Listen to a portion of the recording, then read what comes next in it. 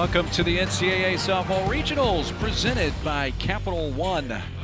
Georgia is hosting a regional for the third time in 4 years. They've advanced to the Supers in each of the last 3 years, and their road in the postseason begins tonight, taking on the champions of the CAA, the College of Charleston Cougars. What a game we had in the first game, a pitching duel between Clemson's Abby Dunning and UNCG's Brooklyn Schroyer, won by UNCG with an unearned run in the first, 1-0.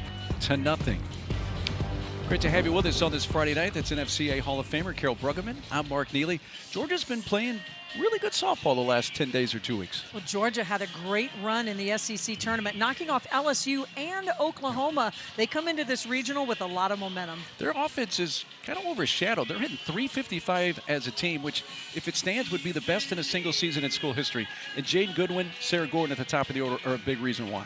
Oh, Jaden Goodwin and Sarah Gordon are the catalysts of this Georgia offense, and they have been fire this season for Georgia. They are dynamic, they have power, and most importantly, they have been clutch. The two seniors are playing their best softball at the end of the season, and they're looking to step up big here in the NCAA tournament. Those two have anchored the 2 and 3 spot at the batting order for Georgia. That nice run in the SEC tournament as well. And for Georgia, it's been a very balanced team. Batting average, ERA, and yes, defense has played a big part. That defense gets lost in the shuffle of all of the power and the slugging numbers for Georgia, but the defense at one point in time, for a long time, they were #1 in the country in fielding percentage, currently in the top 10. Well, if Georgia's playing some of their best softball this season, for sure, the College of Charleston Cougars are. They went into the CAA tournament as the 5 seed and reeled off 4 consecutive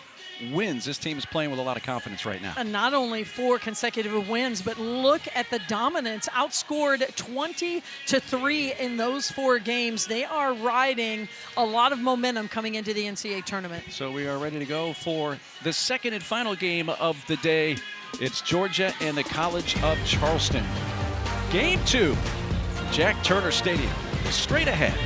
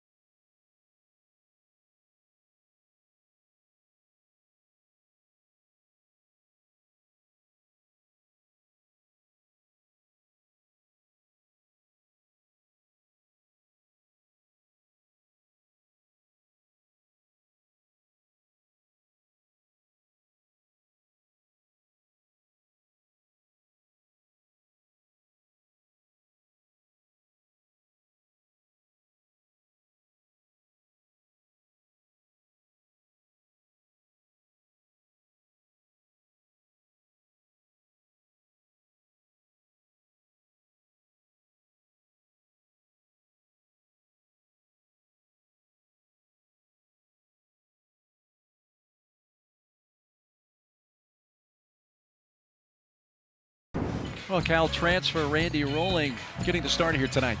One of the most improved pitchers in the SEC. Really's had a dominant run this season. She's improved her strikeouts, decreased her walks, and most importantly, brings the emotion, brings the fire to this Georgia Bulldog defense.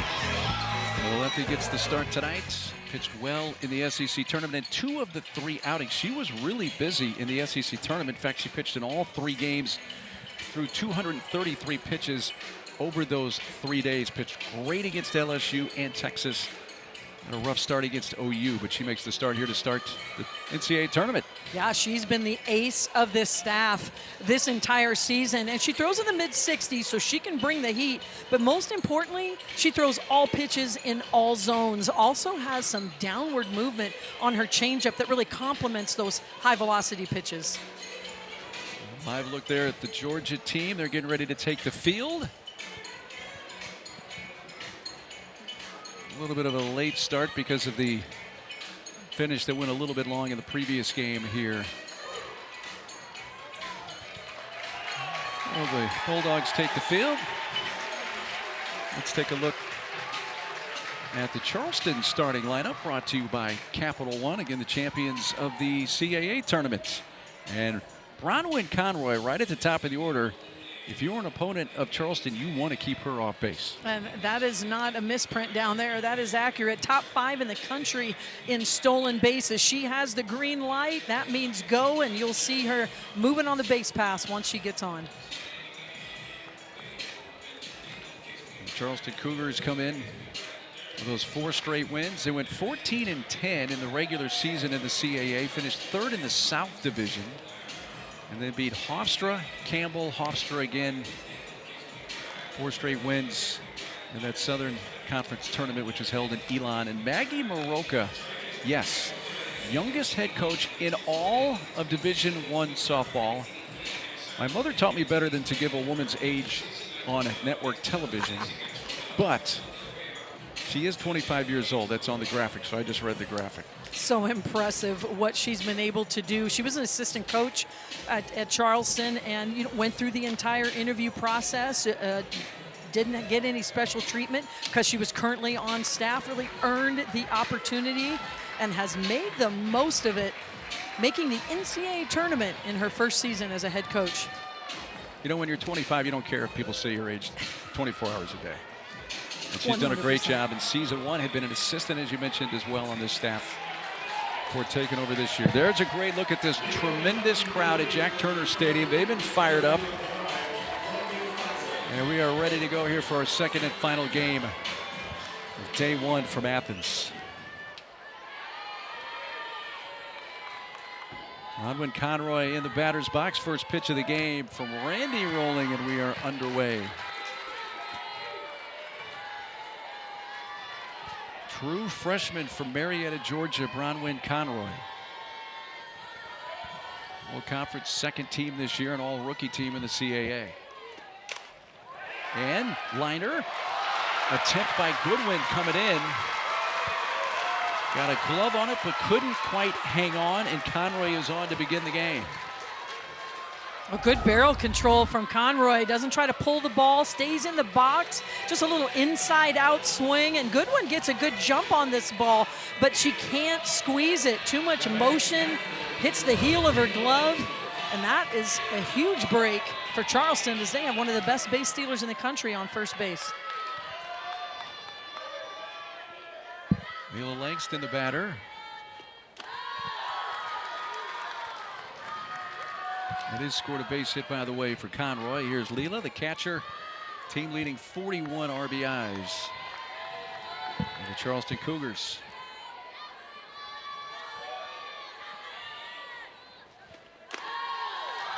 It's interesting, Carol, to see right out of the chute how aggressive will Charleston be here against an opponent like Georgia in the NCAA tournament with Conroy at first base. Well, especially because Georgia's only allowed 14 stolen bases all season long. They are very good at defending the steal. This will be a nice game within the game. Now the catcher for Georgia, Marissa Miller, has thrown out 50% of would-be base stealers. 30% is considered good. 50% is off the charts good. She's thrown out 10 of 20, and the fact that opponents have only attempted 20 steals tells you the respect that she gets. Was whacked into center field. Natalie Ray coasted back, still going into the edge of the track. Hauls that in. Langston hits it well. A run down by Ray for the first out of the game.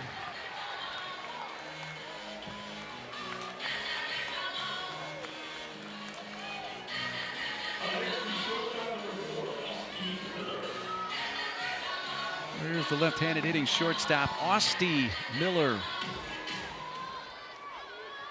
One of the veteran players on this team, a senior.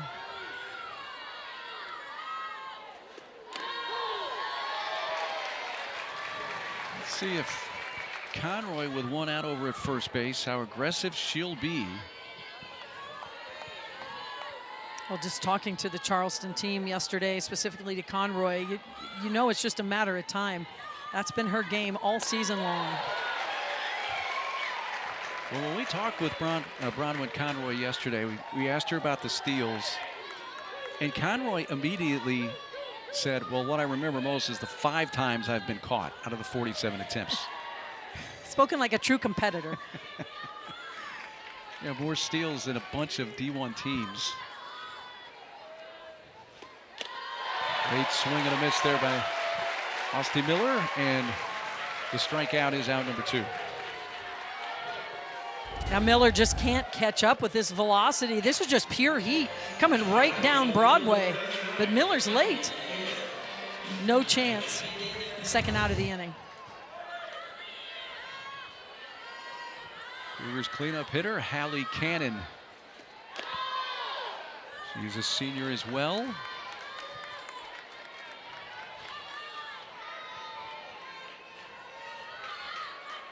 She is a Georgia native. Bainbridge, which is far south Georgia, not really too far from Tallahassee, Florida. All the 4 teams represented here have a lot of players from the state of Georgia. Charleston is no exception.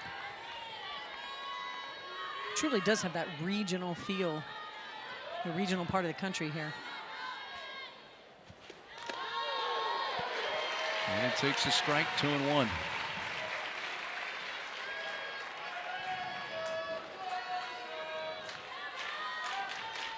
Cal transfer Randy Rolling, the lefty out of Modesto, California. All SEC second team. Conroy took off this time, but the pitch is fouled. Oh, we talked to her yesterday, and when you have that kind of an athlete who can steal bases at will, you know, I had to ask her, do you have the green light? You know, she said, kind of looked at coach, and then she smiled, yes, I have the green light. And I said, to third base too? And I said, sure. So took off on that pitch. We knew it was just a matter of time. 2-2 with 2 outs. Ball outside. I think that pitch was designed that if Conroy was going to run again right there, that was going to set up the catcher Miller. Good position to try to throw around. Like an unintentional pitch out almost. Yes. And a wave and a miss and a strikeout. So Rolling fell behind 2-0, comes back, gets the K, fans the last 2 hitters, and works around the game. Leadoff hit by Conroy. Well, Randy Rolling, after giving up the initial hit, brings the heat. 2 big strikeouts. Georgia coming to bat.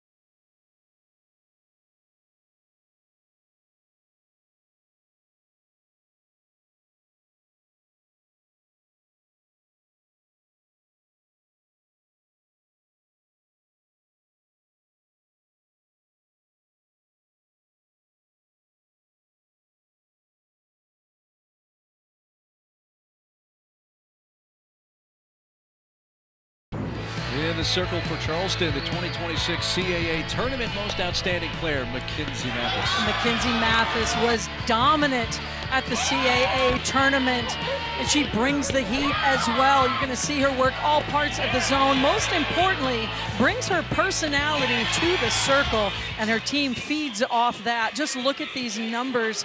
23 strikeouts in 20 innings pitched, just the 3 free passes. Really a dominant performance from Mathis in the circle. You mentioned her personality. Out of all the years we've been doing the postseason, she has one of the more colorful personalities we have ever come across. She was highly entertaining to chat with. Yeah, you can tell she has a lot of fun in the circle, and she's going to use a variety of pitches. Loves to go up in the zone. Rise ball, curveball, screwball combination. She has been big in big moments. None bigger for her than this opening game against Georgia. Kirsten Ruse ready to step in the batter's box to lead off for Georgia.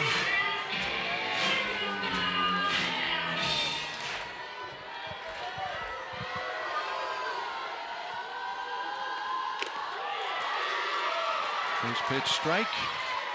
Take a look at the Georgia starting lineup presented by Capital One. Ruse right at the top of this impressive offensive lineup.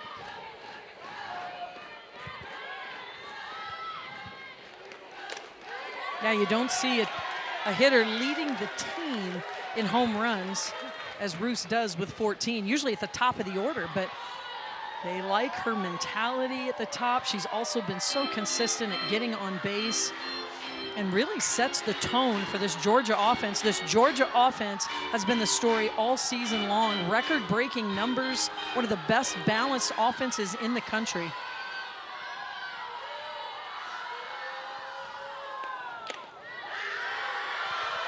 A little inside from Mathis.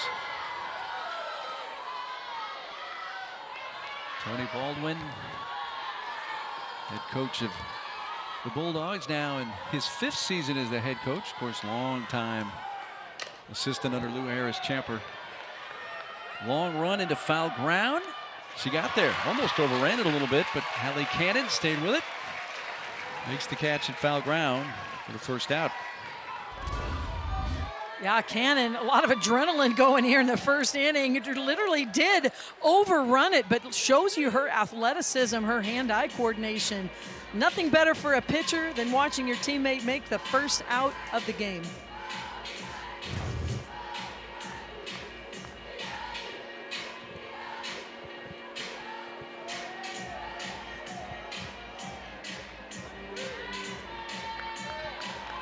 Mathis ready to go back to work as Jaden Goodwin will be the Georgia hitter. Yeah, that's exactly the way she was in our 30-minute conversation yesterday. Oh yeah, you know, some people kind of feel the room out before they want to say anything, and I mean, there's no doubt, as she said, "Hi, I'm Mac," right away. She kind of walks in that room mouth first and takes over the room, and it was a lot of fun. Yeah. One way to describe it, but very accurate. She's talked a lot about having fun, and you know, we've seen a lot of big smiles already in this game, but just how important it is for her to stay loose, stay relaxed. This is a confident team coming in. Wood squares, but takes out of the zone.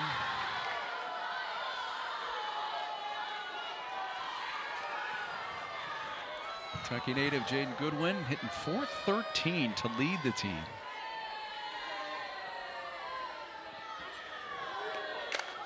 Chops it. A couple of hard bounces. Harley Hughes gobbles that up and throws out Goodwin.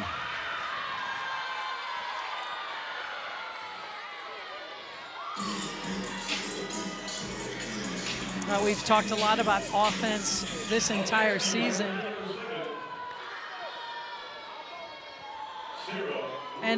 And that is the story, offense across the country. But when you get to the postseason, it's the defense, the pitching that has to step up. Keep your team in the game until your offense can win it. Well, one to Sarah Gordon.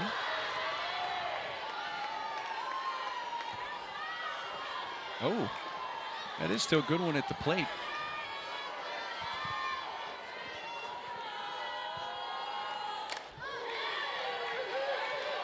Must have had, we'll go back here with perhaps an illegal pitch or something that brought her back to the box. So the count is 3 balls and 2 strikes on Jaden Goodwin.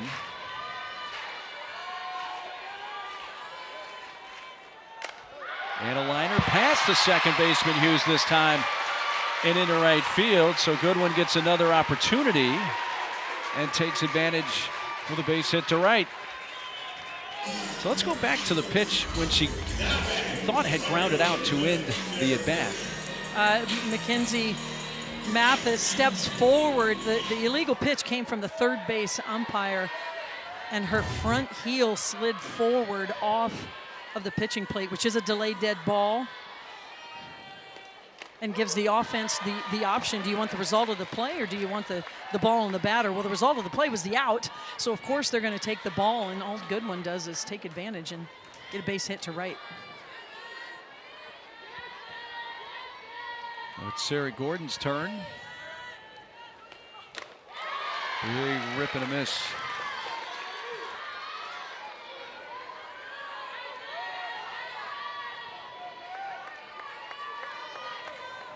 All SEC first team this year for Sarah Gordon.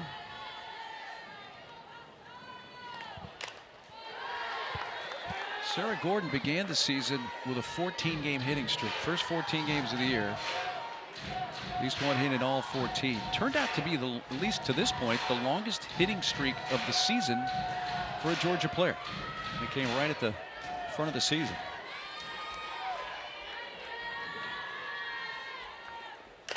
Waited on it, bounced to second. There's the shovel for one. And that's the second out. I think they thought there were 2 outs, and that was the final out. I think they had a chance perhaps to try to turn a double play there, but didn't even attempt it. Well, they sure did, and again, we saw another out, but it came off the board because of the illegal pitch, and that's just a mental mistake from the shortstop Miller. Certainly had the chance to go for 2. They do get the lead out.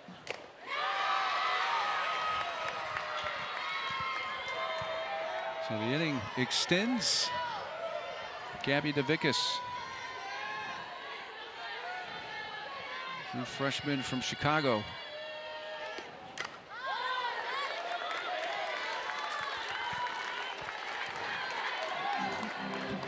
Impressive OPS, just impressive across the board. Had a solo homer against OU in the SEC tournament. 7th homer of the year. Out of play.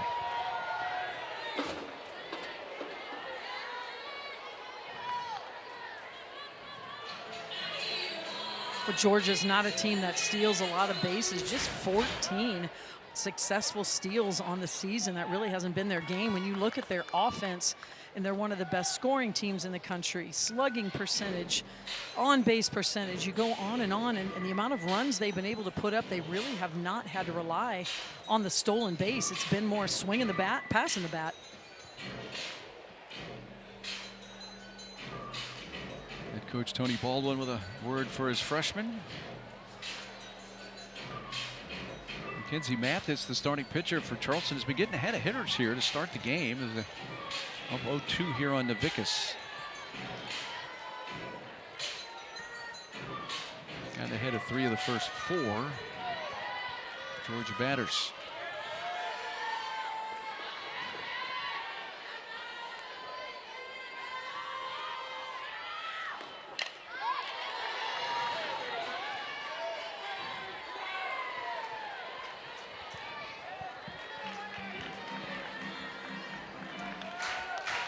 We saw how important it was to throw that first punch in the last game. That first punch ended up being the punch of the entire game. Both teams being aggressive here as well. Set that one right over the head of the head coach in the third base coaching box. And if there's one position on the field you have to pay attention, it is when you're coaching third base with a right-handed batter up, power hitter. I mean, that'll wake you up. I mean, there's nowhere to go but down. And good thing he did a little bit.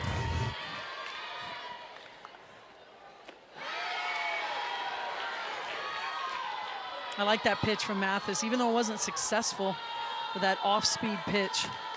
It gives Georgia something to think about, that she can throw that off-speed pitch.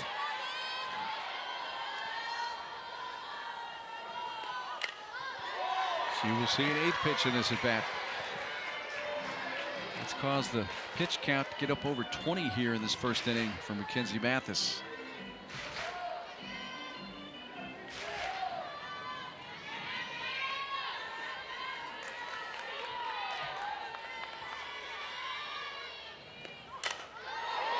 towards deep right center, and that'll hang up in right field for Audrey Bates.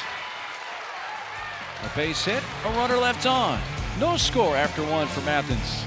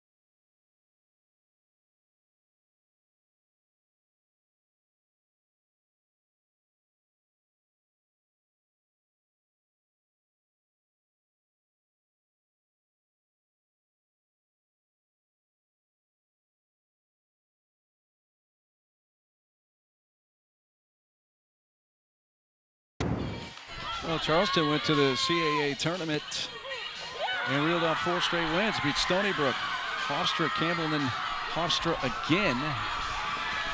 And completely dominated in those 4 games to win the CAA tournament and make it to the NCAA tournament for just the 2nd time in school history, the other being back in 2005. And what you have to remember is you just go back a couple years, and this is a program that won 10 games. I mean, this is a program that had a proud tradition and a lot of history, and then they had a dip for a while. And what a statement for this program and Coach Maroka, the only first-year head coach to win a conference title this season and the youngest head coach in the NCAA tournament. He was an assistant for head coach Tracy Lynch.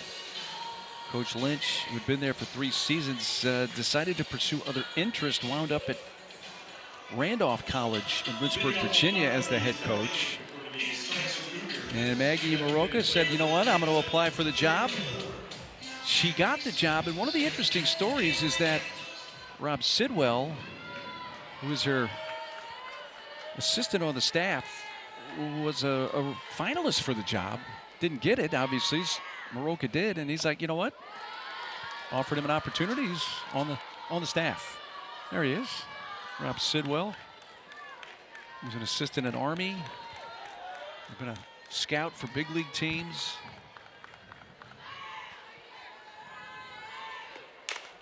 Let's hit well left center field. Long run and terrific running catch. Jaden Goodwin. She needed every inch of that run to catch that ball. I mean, just when you think you can't see a better outfield catch in this regional, you just see one from, she had an extra gear. She turned it up a notch. Her last 3 strides, she sped up. What a great reach, a great catch, a big momentum shift for Georgia. It's nothing that fires a pitcher up more.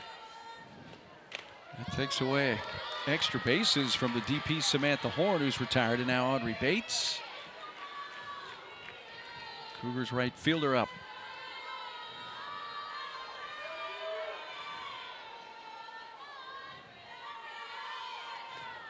And back to that play mark. That's why outfielders, you know, a lot of times they're fielding their position while teams are taking batting practice, and certainly all the drills they do, but you have to practice at game speed. That is game speed.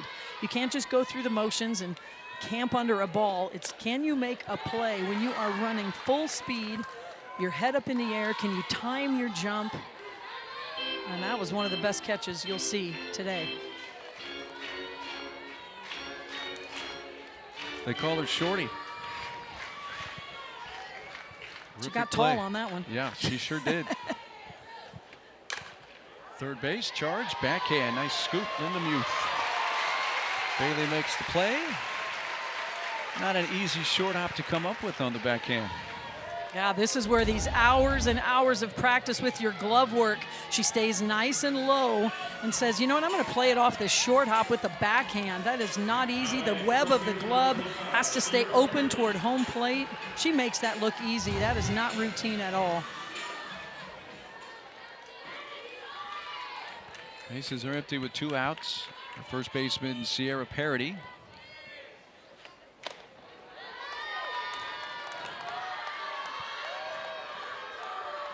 Another one of the Georgia kids from Canton, Georgia, and Creekview High School in her senior year.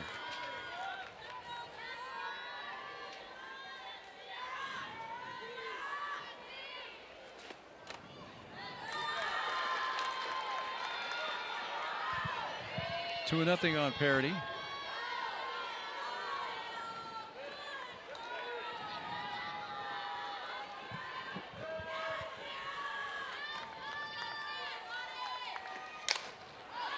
Popped up right side, and the second baseman calls for that, Christian Ruse. 3 up, 3 down. A couple of really nice defensive plays, but a 9-pitch inning for Rowling.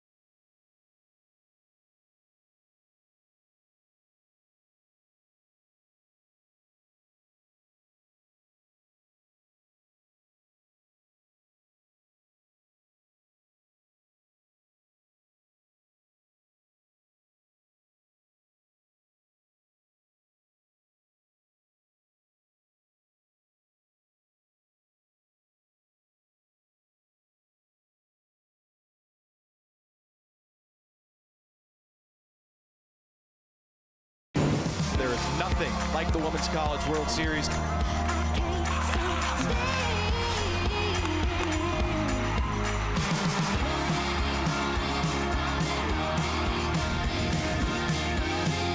It's May 28th in Oklahoma City.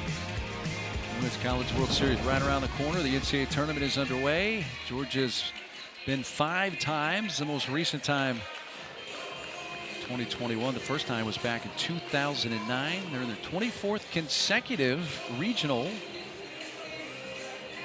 And they've been to the Supers the last 3 years. At Florida State 3 years ago, at UCLA 2 years ago, and last year at Florida. Didn't make it out of those Supers. They're trying to get there for a 4th straight year. Just when you hear those numbers, just how difficult it is to be in the final 64. Georgia's done it 24 straight years. And to advance to a super regional, I mean, that's the last 16 teams standing. This program is built on excellence. They expect to be playing their best ball when we get into the month of May. Georgia comes to the plate for a second time tonight. It's Tyler Ellison, the DP, to start things.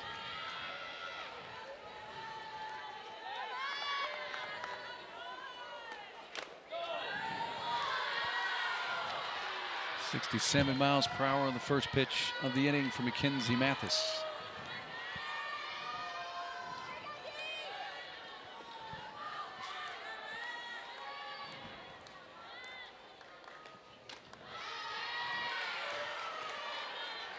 Boy, Ellison really starts with that open stance. We saw it last game as well from a couple hitters. Just a rhythm, a timing. A lot of hitters with an open stance feel like they can see the pitcher better, see the ball better, but you're going to see her put that front foot right into position. And she's still moving that load foot into position. And it's so important as a hitter to find your rhythm. And the most important thing is, can you end up on time, on balance? Big wave there by Ellison. Count now 2-2. The 9 homers for Tyler Ellison on the season. The last one came in their last game. She hit one off Tegan Cavan of Texas in the 5-4 loss. It ended a really impressive run in the SEC tournament. Win against LSU and then fell behind early to Oklahoma, came back and won that game as well. And really lost to Texas on the last play of the game. I mean, they had Texas on the ropes as well.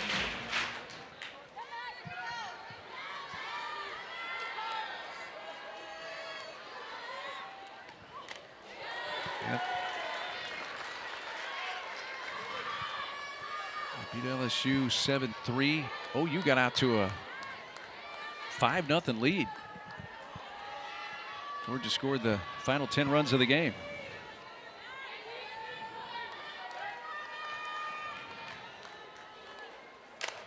That's down the right field side, broken into the corner and run down. Nice break there by Audrey Bates. And it was that first step that allowed her to make that play look relatively easy, and it wasn't. I mean, we've seen some outstanding outfield play in this regional so far. It starts with the footwork. There's no wasted motion. The minute this ball's hit, it's read very well by Bates. She's playing at a high level, at a high speed, and she's able to run it down. That ball gets in the corner. That's extra bases for sure.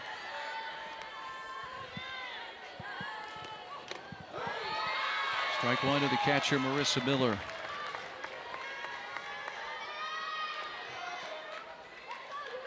Georgia native, senior, 4th year in the program. We mentioned earlier her work behind the plate. She is not someone that you want to test her arm. But I would imagine at some point Charleston is going to want to try just to take their spot. There's no doubt about it. We talked a lot about Conroy and her stolen bases, but this is a team that comes into the game with 116 stolen bases, one of the best teams in terms of team speed. They're definitely going to use what they got to get here, which is their speed.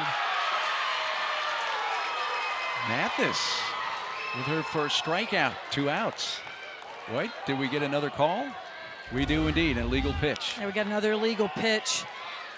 It's the same thing, that front foot. She uses a lot of motion. You certainly can rock back as she is. She's a tall, long, levered young lady.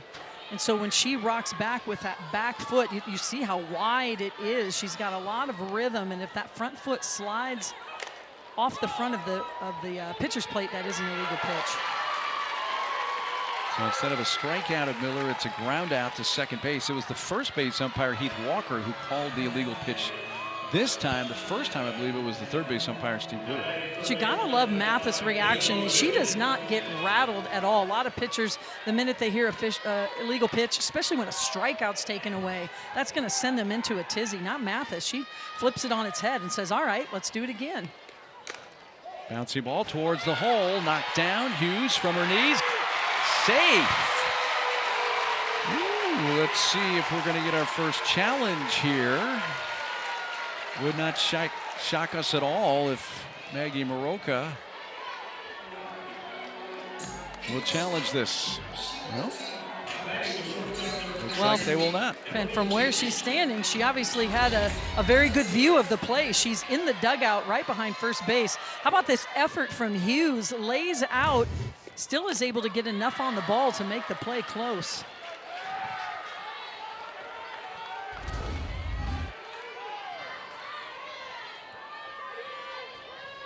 Very close. Not challenged. So Wyndham Youth reaches. Mathis continues to fill up the strike zone. She's in the top 25 in the country strikeout to walk ratio. She just does not give in to those free passes. And she finds herself ahead here again, 0-2. Mathis comes back. Nope, wait. We're going to have another illegal pitch.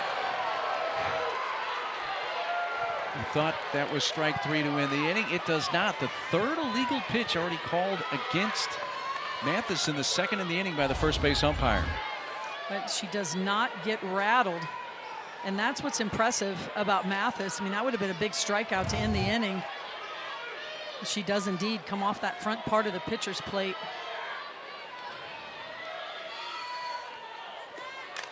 Digby towards the hole. This will be a tough play. No shot. And Miller can't come up with a backhand spear. And Digby with new life.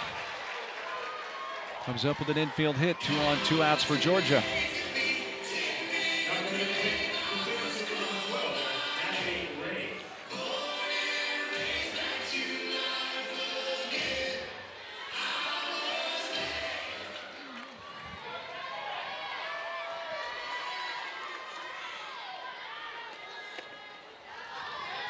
To the center fielder, Natalie Ray.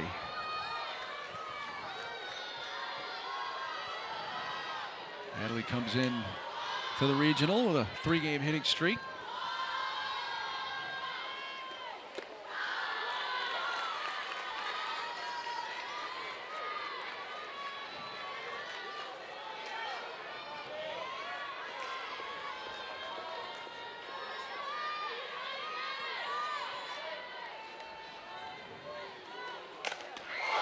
A liner off Mathis. Let's see if she's okay.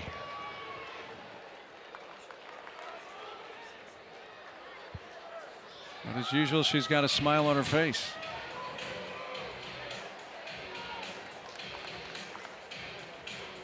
And puts her. Here's the plate umpire, Todrick Davis, a pat. And both teams' fans are applauding her here, inappropriately so. God, this one was a direct hit to her body, the upper extremity. She's able to knock it down. It truly saves a potential run with 2 outs. But this is Mac in a nutshell right here, fans. She told us a lot about how she recruited fans from their hotel to come watch them play at the conference tournament. And now she's letting the umpire know she's all right. Just a very outgoing young lady, shall I say. No doubt about that. And you know, she's proof. You gotta play to your personality. You gotta coach to your personality. If you told this young lady to be quiet, be a mute, you know, don't show emotion, she would not be in her element. When she's in her element, she is showing a lot of emotion. She's involving her teammates. And that's when she can play her best.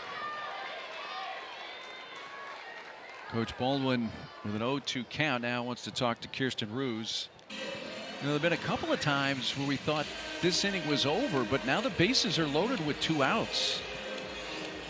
Well, Mackenzie Mathis works at a very quick tempo, and she works from ahead a lot. And this to me, timeout from Coach Tony Baldwin is all about changing the tempo. Hey, let's slow this down a little bit. Let's call time. Let's make Mathis slow down.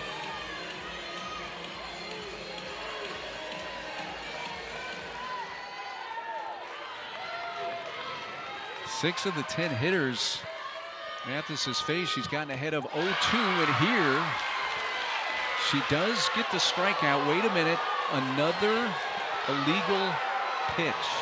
This one called by the third base umpire.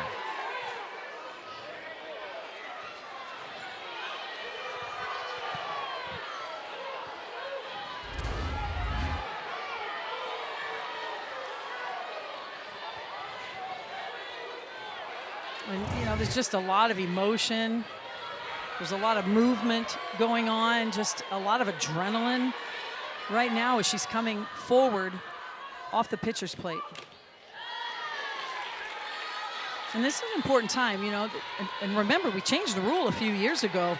The pitcher was getting kind of double penalized. They got a ball for the illegal pitch and the runner's got a base. I mean, that comes into play quite a bit here in this particular inning. Bouncy ball to short. There's the shovel, close but out at second base. Third time is the charm. This is the third time we thought the inning was over. This time it is, and it's scoreless after 2.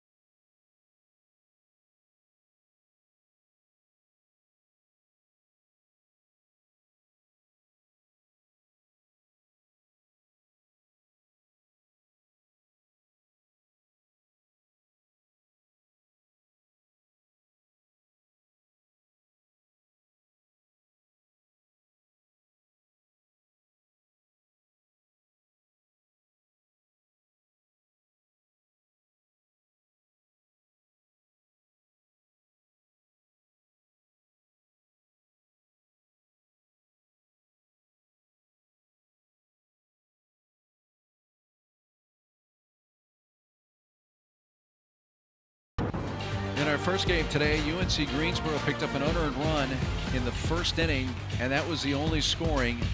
Brooklyn Schroyer, complete game shutout. UNCG wins their first ever NCAA tournament game. They're in the winner's bracket. They'll face the winner of this game tomorrow in game 1. The loser will face Clemson in game 2.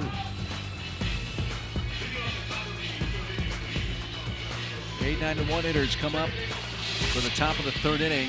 Charleston and the host team, Georgia, scoreless.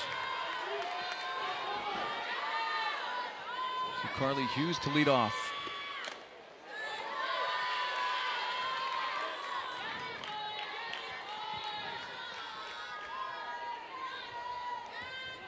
Carly, a senior.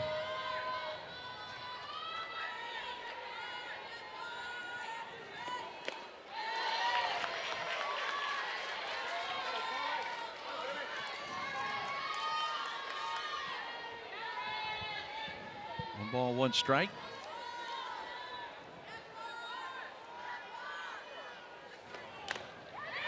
Slow tap. Pitcher's going to have to pick it up. Turning, throwing low by Rolling, safe.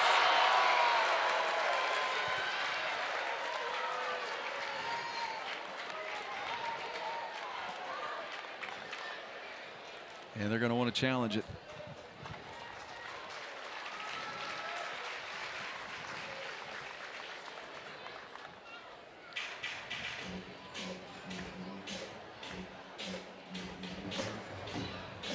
Georgia is challenging the safe call at first base. That play is under review.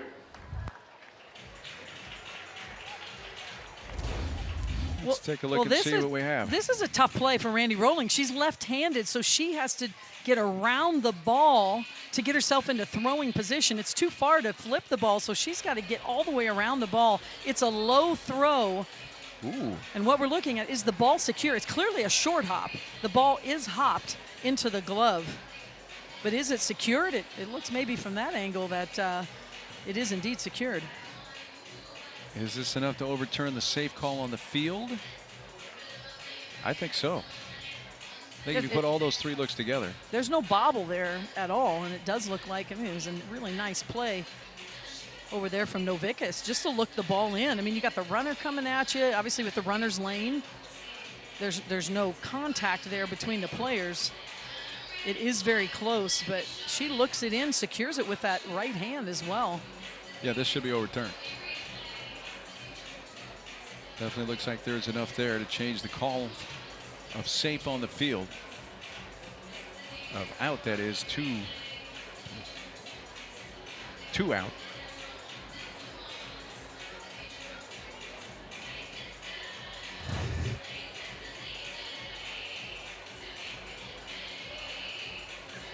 All right, here comes the decision.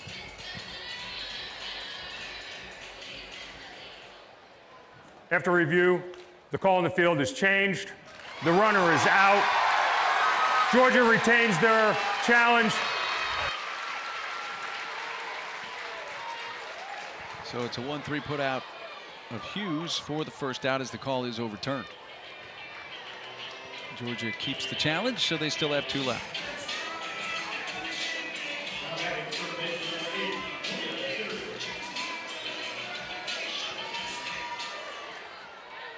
There's the Charleston 9-hole hitter, third baseman Julius Sitterding. Speared by Rolling. 2 outs. And she's just doing it all this inning. Filling up the strike zone. Getting the outs on defense. You know, she talked a lot about her journey from last year to this year. And coming into the SEC, never seen hitters like she had. And admittedly said, I was a little timid last year. You know, I was pitching a little bit fearful and my stuff wasn't great. And she went to work over the summer and throughout the year this year. And she has really changed just her mentality first and foremost. Now she is more the aggressor, and you take a look at these numbers. Look at the walk to strikeout ratio specifically, way down. She had a lot more walks, fewer strikeouts a year ago. That has flipped this year. She's decreased her walks by 47%, increased her strikeouts up 21% from the numbers a year ago. I mean, those are huge jumps. It's not 5%, 10%. Those are big jumps, but it's also a big jump when you come in and you are looked to pitch in this league, in the SEC, the toughest league in the country.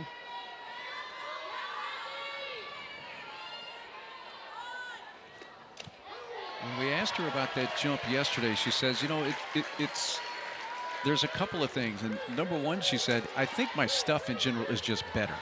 So it helps if you improve your arsenal, get more spin, more velo, whatever it is to the pitch.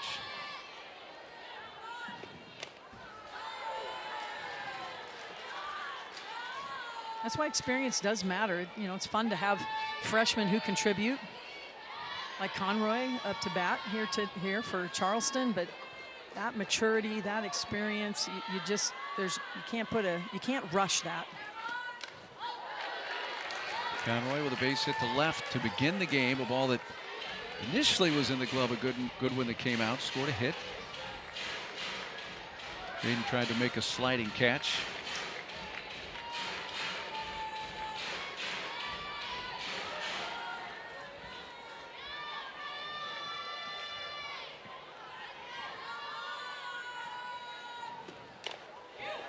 Foul ball. Conroy's from Georgia, from Marietta.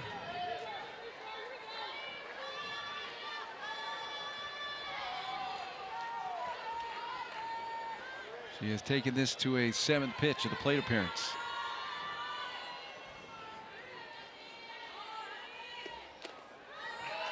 The count goes full. You expect Conroy to get a good pitch to hit here. The last person on the Charleston team you want to give a free pass to is one of the top base stealers in the country.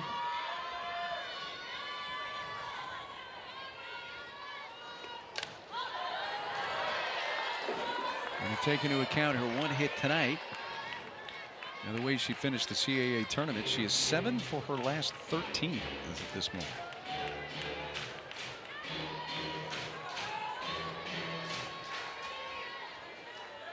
She battles Randy Rolling, who serves up another 3-2 pitch. A well-earned walk for Conroy. Now the question immediately becomes, with 2 outs, when does she think about running? And in a game like this, it's tight, it's early. You would think sooner than later. And a lot of coaches out there always thinking, you know, you want to get a runner in scoring position, but if she is thrown out, you at least have 2, 3, 4 up to start the inning. So I think this is a good opportunity here. Try and put Conroy in motion.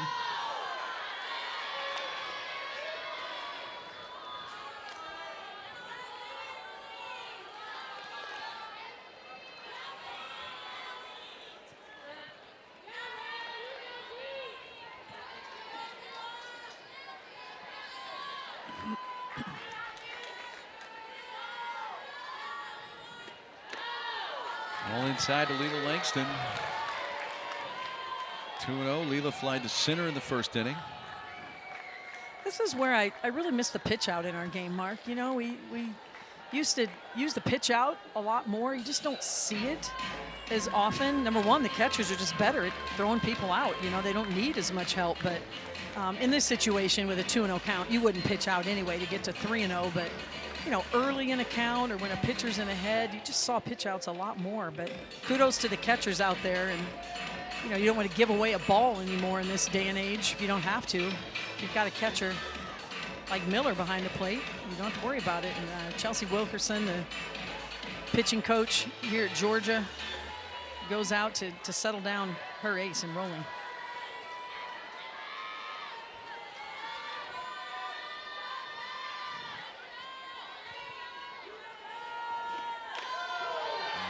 And a strike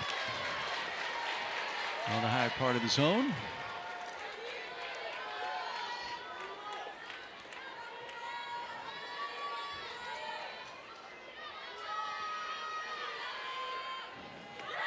There she goes, and the pitch was in the dirt. She picked the perfect pitch to run on.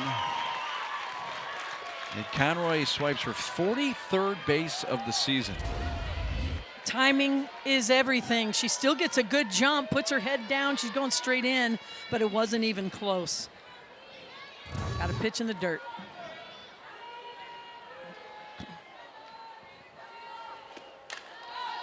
Well, what I like from Charleston is the aggressiveness. When you've got a Ferrari at first base, at some point you got to get it out of the garage. You know, it's time to see. Just even though Miller is very good at throwing base runners out, you just, it's the time of year where, you know, that she's a big reason why they're here. All those stolen bases into into scoring position. You've got to stick with what works. Will this stay in play? It very well might. It off the glove. Vickus was tracking it, went into that little well area there, kind of, and did get a glove on it, but it came out. That's a long way to go for the first baseman. Roos also doing her best to get over there. It's definitely no Vickus chance. It's in the web of her glove. You're also trying to find the fence. There's a lot going on out there. That would have been a nice catch to end the inning for Georgia. That ball's hit deep. Left field, and up and gone.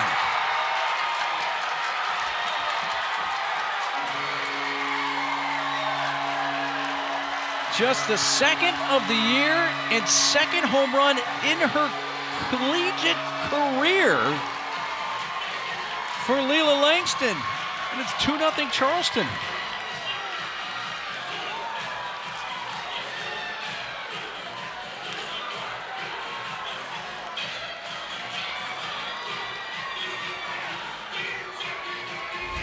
I mean, this was a no-doubter. This has left too much over the white part of the plate, right in the upper hitting zone. Langston drives from the backside. All she's thinking now is please stay fair. It does. 2-0 Charleston. It's back into the crowd. Langston had 113 at-bats last year, no homers. This year hit her first collegiate home run on April 5th against Elon. And hits her second, and it comes here in the NCAA tournament in a massive spot to give Charleston the lead. Weren't we just talking about timing is everything? How about a clutch 2-out home run?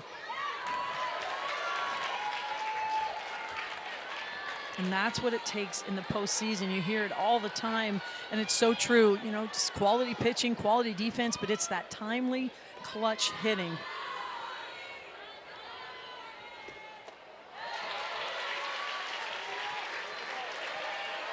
1-2 count on Austin Miller.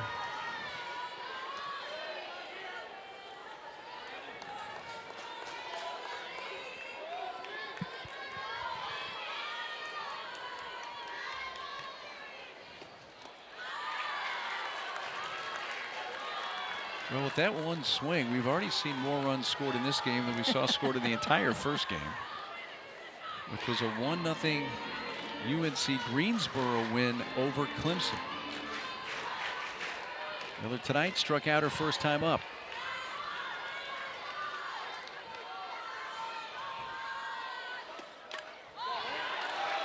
He keeps hanging tough. Oh, nicely done up here. See, just a little further this way, we would have had our shot here, Mark. Just a few booths over. We will get one in the booth at some point here.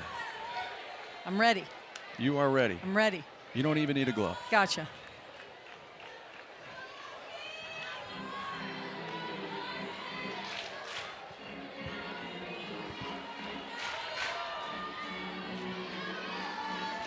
Still a 2-ball, 2-strike count. Senior Austin Miller.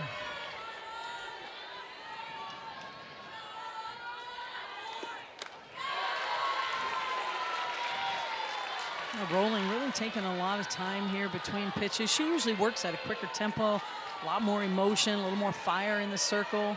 She's fallen behind in the counts here early in the game. She had a 9-pitch inning last inning. That's pitch 27 here of the third.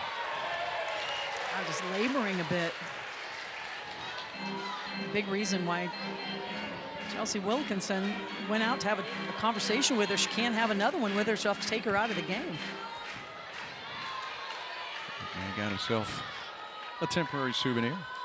Third consecutive hitter with a 3-2 count. This one hit right past Rolling, but on one bounce to the second baseman. Ruse side retired, but Langston goes deep for Charleston.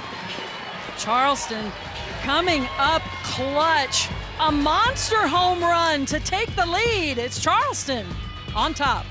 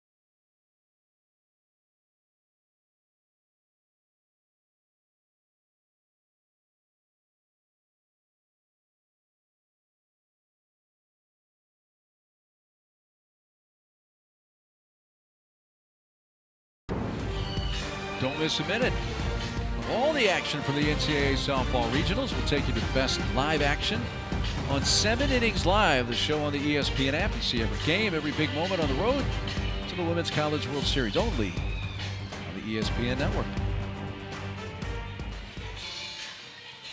Sun getting low on the horizon. It's been a beautiful day here in Northeast Georgia.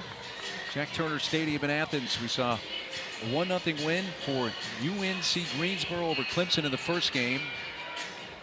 They await the winner of this game. Charleston, thanks to a 2-run home run in the top of this inning from Leela Langston, leading the host team Georgia 2-0 as the Dogs come up in the home half of the third.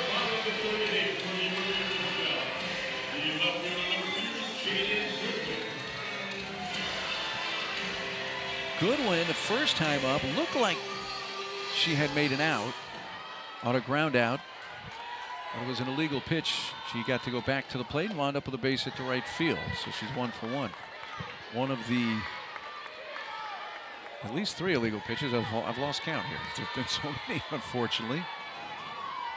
Yeah, and so far, you know, just Mathis showing a lot of fortitude. She's been able to keep Georgia off the scoreboard. Just over the screen.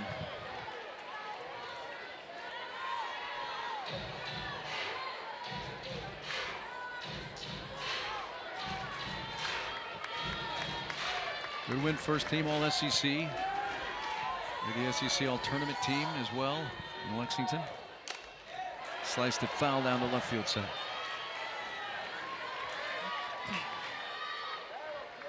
Second time through the lineup for Georgia against Mathis. And Mathis hasn't used a lot of off speed. Again, she's working all parts of the zone.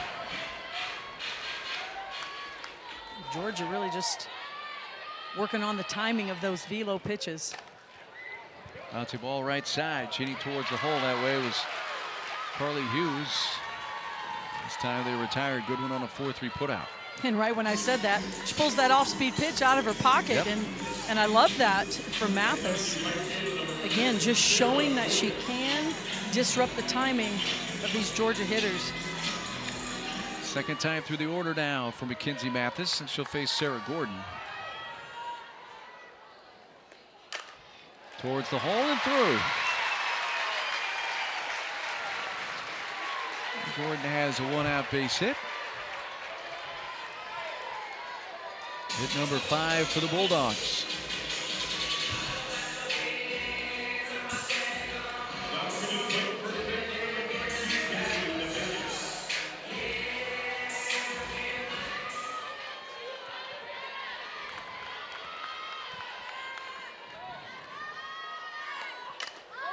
Vickers jumping on the first pitch and fouling it. Yeah, they've done their homework on Mathis. They know she does not like to give up walks. She's not wasting pitches, moving pitches through the zone, up, down, in, out, but she is throwing a lot of strikes.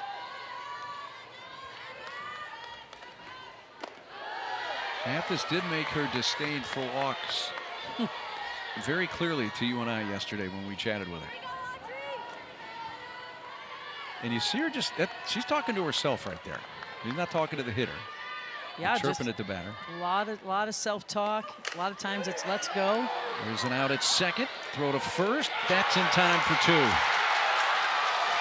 15th double play turned by the Charleston defense. This one gets them through the 3rd inning, and the head coach Maggie Maroka giving some high fives. Charleston, nothing like a little defense behind a pitcher that's rolling. Charleston gets out of the inning.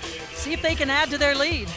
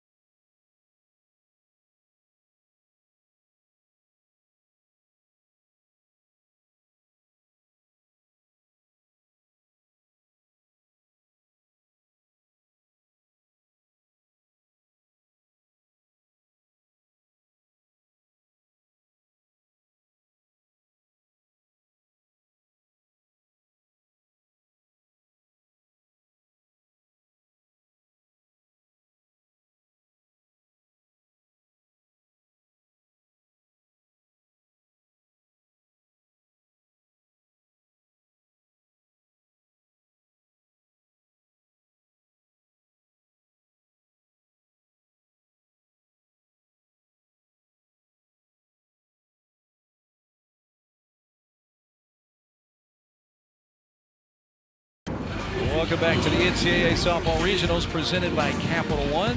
2-0 Charleston. As we come to the top of the fourth, a chance to visit with the Cougars head coach Maggie Maroka. You guys rolled through the CAA tournament. Expected for you guys, but kind of shocked the rest of us here. Team seems to be playing really good softball. What's the message coming into the NCAA tournament to your team? The message is just the same thing. We're trying to play the best softball every single game, getting better, staying locked in, and just loving this game that we play. And the message coming into this game too is just that this is the same sport that we love and we love to do. So here we are and getting after it. Coach, since the conference tournament here in this game, pitching and defense, Mathis and the defense behind, what have you seen from that defense to take it up another notch here in the postseason? Electricity and confidence in one another, definitely. Yeah, we've seen a lot of that. We appreciate the conversation. Thanks so much for the insight, Coach. Thank you. And Coach Maggie Maroka. There's a lot of adjectives that you could use for Mackenzie Mathis. Speaking of pitching, we get a change in the circle for the Dogs. Addison Fisher's in the game. Yeah, change. Rowling was struggling. She was really laboring that last inning. They're going to turn to Addison Fisher, second most innings pitch on the team. Just a high velo pitcher. I mean, it is pure power coming at you, and it's coming at you in the bottom of the zone. It's a nasty drop ball. Also has a very impactful changeup to offset that drop ball.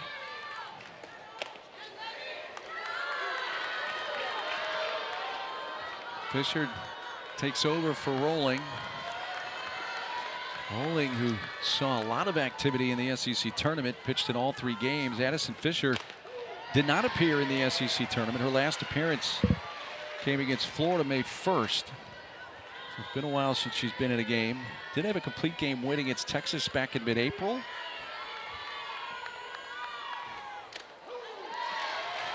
It's a strike over, and it's 2-2.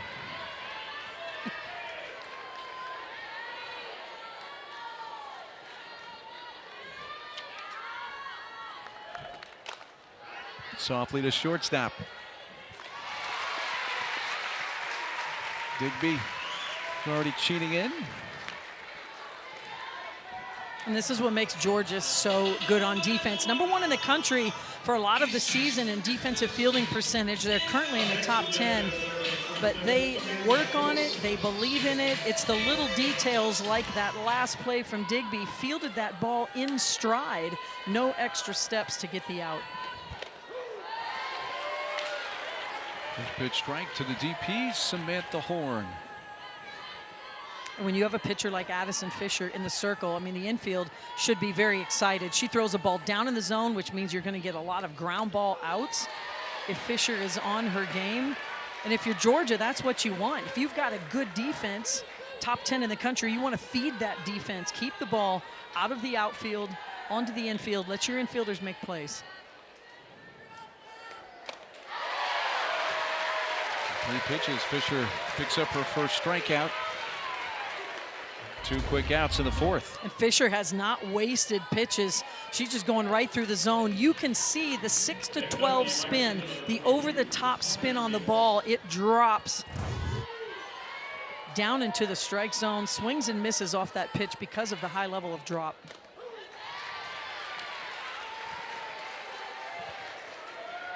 Two down for right fielder Audrey Bates.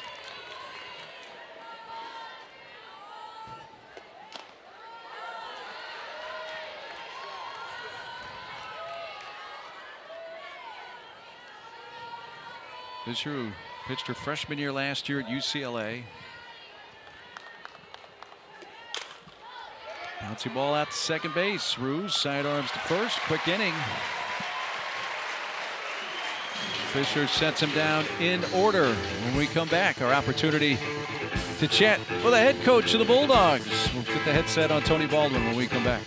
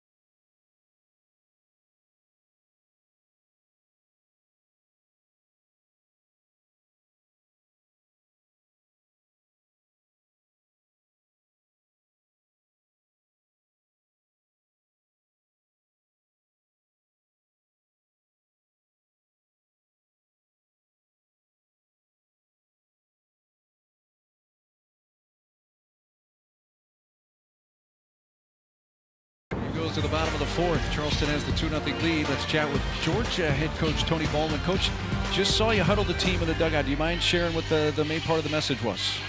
Yeah, just, when you get to this type of game, there's always adversity, right? You think that it's going to go smoothly, and it never does. And we're prepared for the adversity. If it were a 3 game, we'd be in trouble. But we're going to try and play all 7, and we'll keep competing, and we just need to string together a few more quality at-bats. She's moving the ball around well. She's throwing well, and I like where we're at in the box. Coach, the switch from Rolling to Fisher, nice inning from Fisher. What went into that switch? Well, the plan was to try and get Randy one time through, really, and then go to Addie. She just didn't quite get through that 3rd inning there. So we have a couple good pitchers, and it was a good time to use them. Appreciate the insight. Thank you so much, Coach. Thank you. Go Dogs. Coach Tony Baldwin.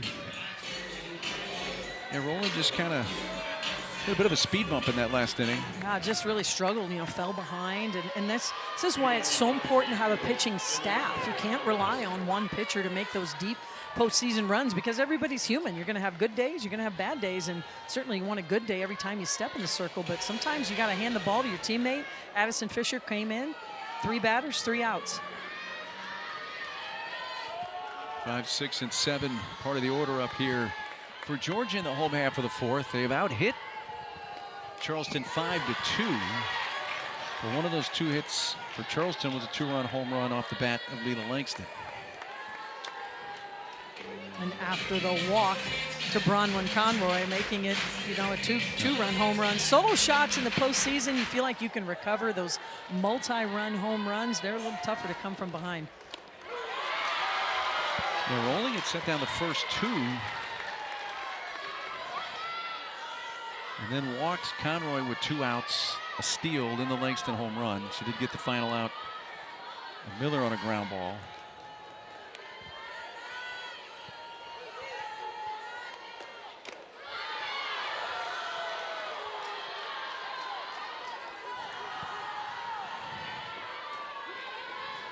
Kenzie Mathis has been hit 3 times with illegal pitches. 2 of the 3 times they thought the inning was over. That's going to go foul down the right field side. It didn't phase Mathis at all. That she had to go back to the circle and finish the inning. Not one bit. And, if we could all bottle a little bit of whatever Kenzie Mathis has. I mean, just a motor that doesn't quit, a big belief in herself. And she's really true to who she is, that what you see out there, that self-talk and a lot of activity, that's just who she is. And you got to be yourself in order to pitch at the highest level, hit at the highest level, coach at the highest level. You got to play to your personality, and that's what Mathis has been doing all season. Well, if there's anything we learned about Mackenzie Mathis in our half-hour conversation with her, she is herself. No doubt about it. 2-2. Hit sharply. Skips by Miller and a clean base hit. Ellison begins the frame with Georgia's 6th hit of the game. And they've hit the ball hard, but it's been a little bit of right at them. And this time it finds a gap. Miller does her best to get over there, but the ball's got too much pace on it. And a leadoff hit for Ellison.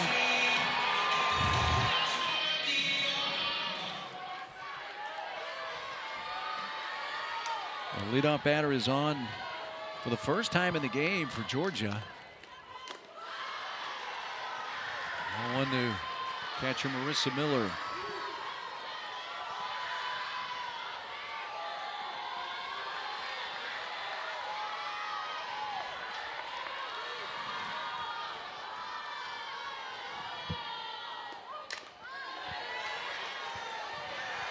Miller's grounded out to second in her only at bat of the game.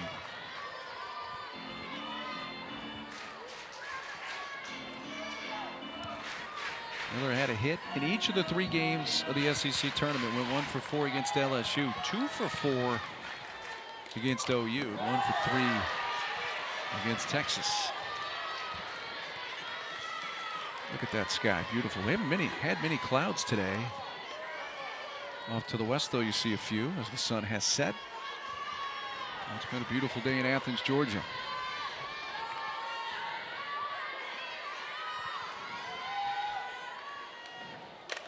Off speed. One bounce from her knees to second for one to first. Their second double play of the game.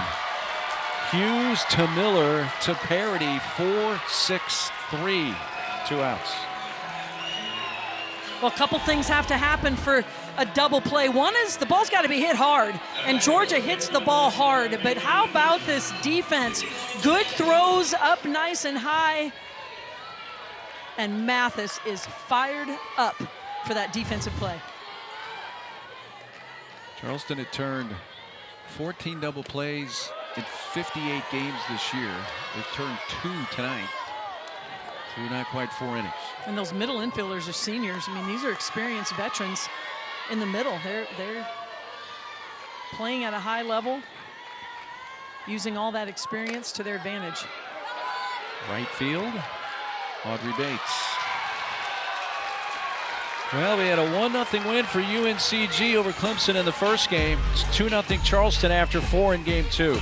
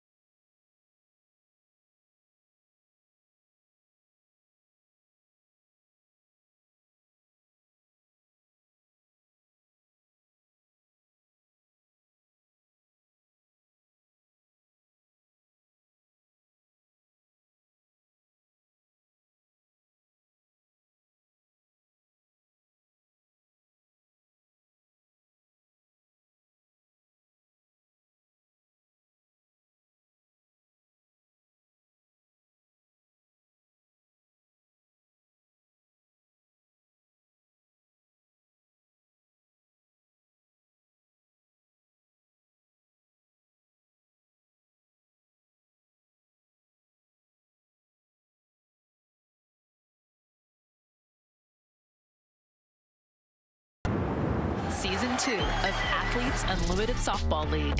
Loading 6 teams take the field in their home markets.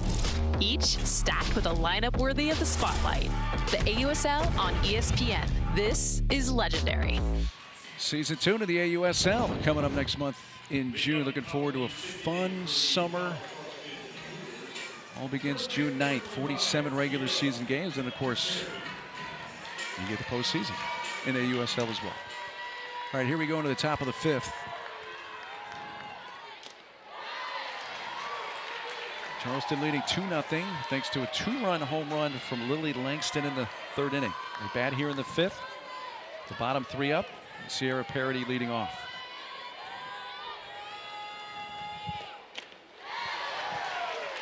Parody really pulling her head through her swing. You know, kind of rule number 1, you got to see the ball to hit the ball. Right now trying to lift that drop ball instead of trying to stay on it, just drive it up the middle. I've been impressed with Fisher since she's come in the game. I mean, she's not wasting any time, any pitches. She is attacking the zone, has good command. Second inning of work for Addison Fisher, who set down Charleston in order in the 4th. They're coming in for the starter, Randy Rowland. There she records her 2nd strikeout, and there's 1 gone in the 5th. Fisher just continues to feed the bottom of the zone. But watch Parody's head. You see how it comes up. It's lifted up, not looking down at the ball. And Fisher saw that. She just stays right in that drop ball zone.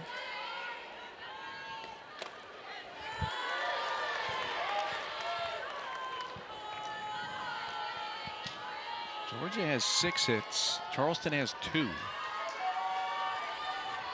It's Charleston with the 2-0 lead.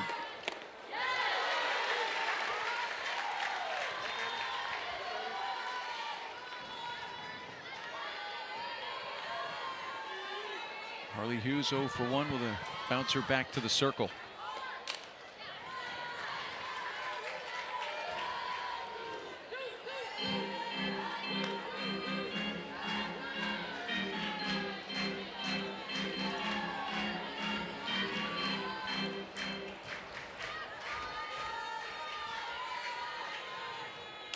Hughes liner to short, and a step or two to her left for Emily Digby to snag out number 2.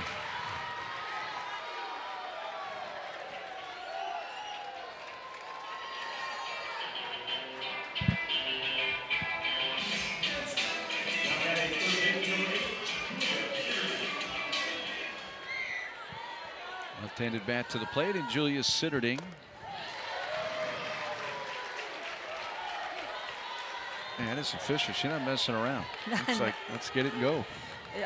Minimal balls have been thrown. You know, a lot of strikes thrown, a lot of swings and misses. Right now, Charleston hasn't done a good job of adjusting. You know, Randy Rolling, more speed, really works curveball, screwball, a little bit up in the zone.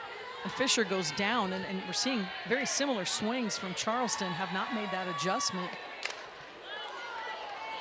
And, you know, Fisher's a drop ball pitcher, so again, you're not trying to. I mean, sometimes you lift the ball if it's missed, but in general, you're trying to put the ball, give the ball some pace, that lower half of the zone, get your barrel to the ball, drive it through the infield.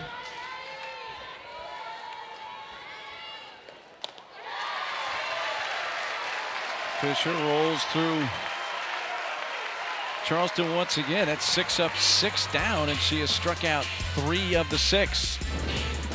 Addison Fisher has come into this game and made a statement, completely dominating in the circle. Can her offense get some runs behind her?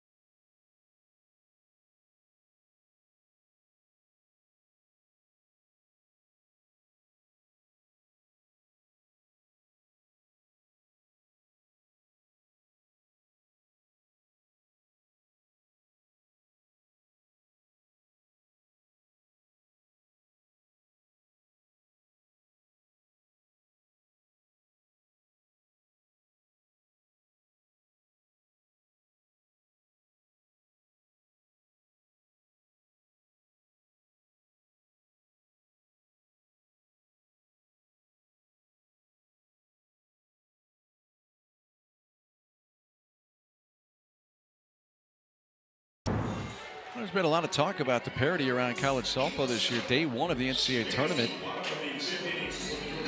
sample size is looking pretty good that parity is living on here into the postseason. I mean, this is what it's all about. The best team wins. Whoever plays best in that 2-hour window gets to win. All of these teams deserve to be here. They're all rising to the occasion. It's going to be a lot of fun the rest of the weekend. One of those lower seeds, UNCG, the 3 seed here in Athens, beat the 2 seed Clemson earlier today 1-0 with an unearned run in the first. It's just the 4th time all season Clemson has been shut out. Georgia still has a lot of game to play with here at the bottom of the 5th, but they're down 2-0 to Charleston, the 4 seed. That ball's into right field, base hit.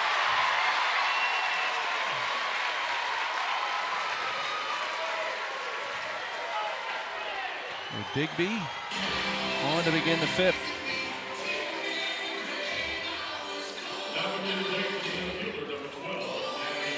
Well, Georgia's only been shut out 1 time this year. And that was in game 3 of the series in Fayetteville against Arkansas, lost 6-0. Haven't been shut out in any other game this year. And they're playing in their 57th game of the season tonight. I mean, this is a team who their top 8 hitters hit .341 and above. Their top 8 hitters. And this is a team that can score in a hurry. They have the lineup to do it. Charleston has been rising to the occasion on defense. Can they continue? Soft roller.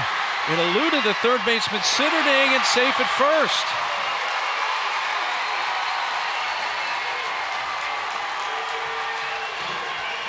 And Ray is on. That ball had very little pace on it, but it was a little enough. Yeah, if this ball isn't fielded by Sitterding, there's no chance. As Miller has to go way too far in the hole. She's got a strong arm, but too much speed from Ray. And here comes Georgia.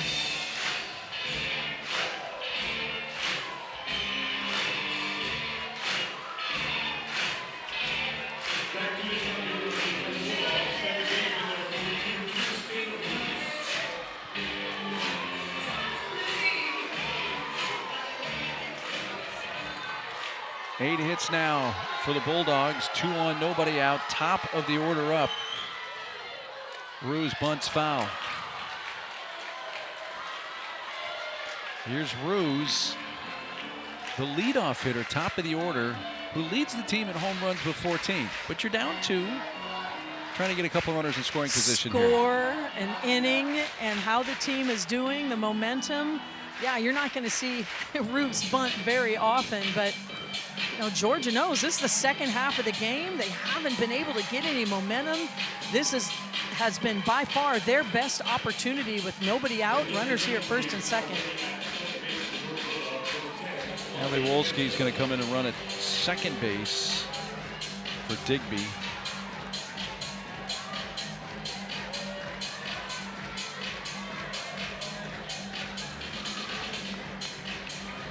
So Wolski runs at second.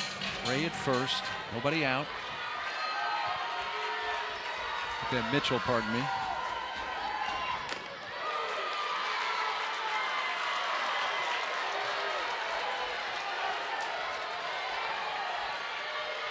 This crowd buzzing now here, Jack Turner Stadium.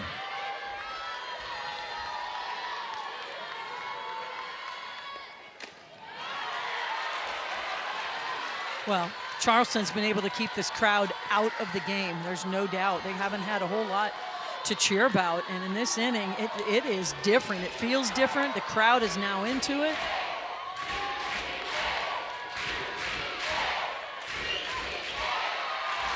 Upstairs, 2-2 on Ruse.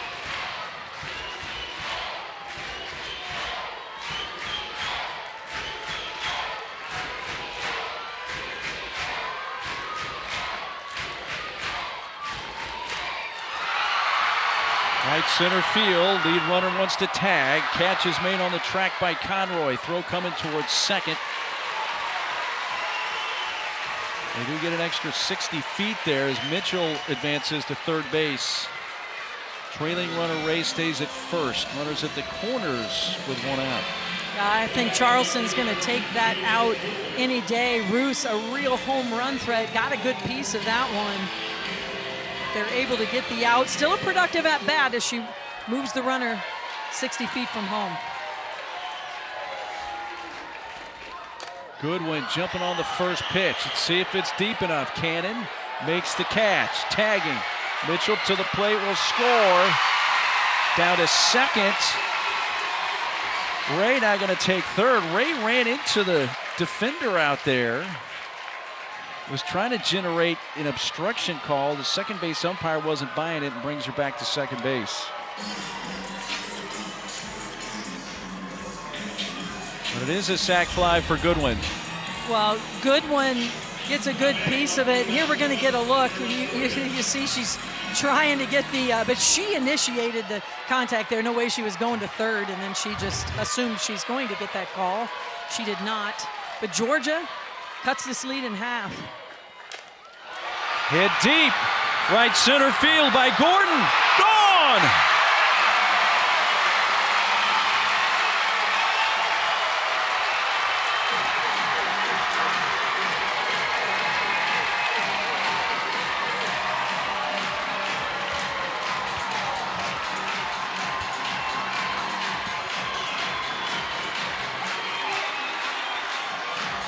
The game turns here in the fifth. Gordon's 11th homer of the year, and with that swing, Georgia takes their first lead of the night.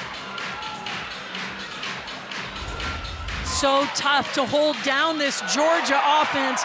The senior, Sarah Gordon, comes through with 2 outs for the Bulldogs. Look at that high leg kick. Gets it down, elevates the barrel. She knows it off the bat, goes into that home run trot. And Mackenzie Mathis been scored on in this game for the first time in this inning, but it's happened 3 times.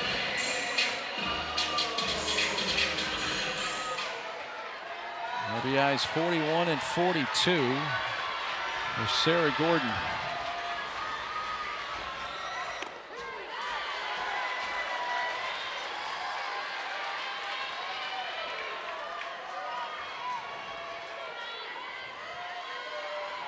Georgia bats have come alive here. One especially big swing from Sarah Gordon.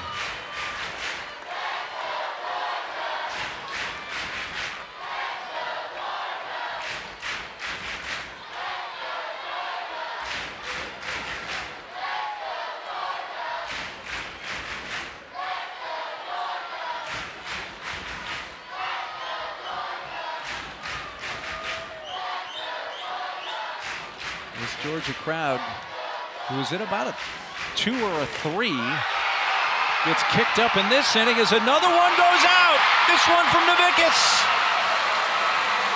And the crowd will turn it up to 11 this time.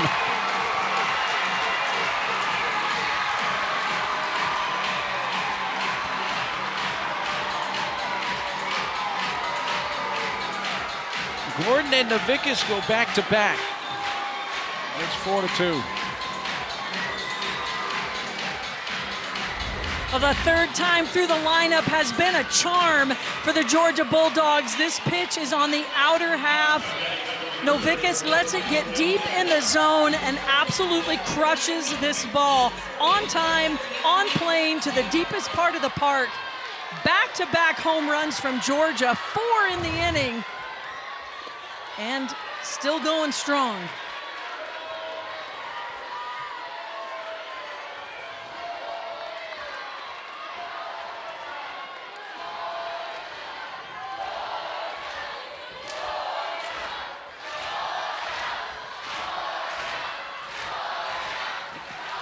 Check swing foul by Tyler Ellison. Well, and if you don't think the home crowd matters in a regional, just you should be in Athens right now, because this crowd was very, very quiet. It is a full house. It's a beautiful night. 2 great teams going at it, but it was all Charleston early in this game, and now that Georgia has woken up, shaken up their bats, this crowd is deafening.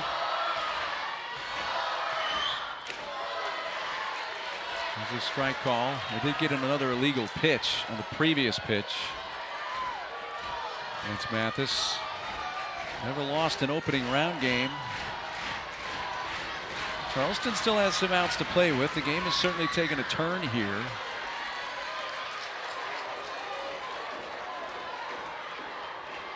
Well, and Charleston sticking with their ace. I mean, they've been pitching. I mean, Mathis certainly has the most innings pitched by far on this team, but they've got a couple other pitchers who've pitched quite a bit for them this season. Cutter. They're showing a lot of faith here in Mathis. Trying to get this final out of the inning and floats a off-speed pitch inside.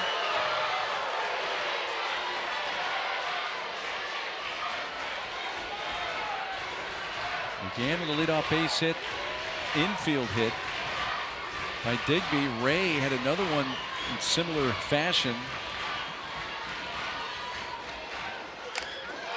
Got under it, hits it high into the twilight, but it's going to carry almost to the warning track. She just got under that one and almost made it back-to-back home runs. But they do go back-to-back with Gordon and Novickis.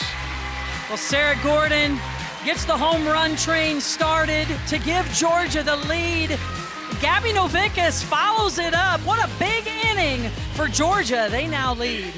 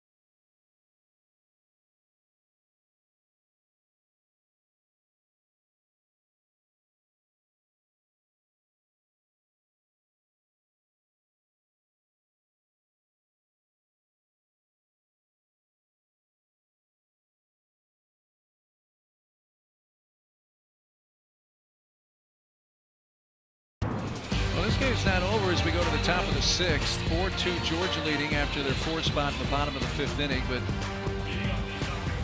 if you sensed a collective exhale from the nearly 2,000 Georgia fans here during that bottom of the fifth inning, you wouldn't be inaccurate.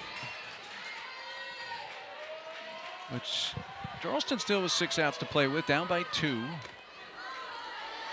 They have the top of the order up. Bronwyn Conroy has reached base both times up. Single, a walk. She has scored one of the 2 runs, scoring on the Langston home run.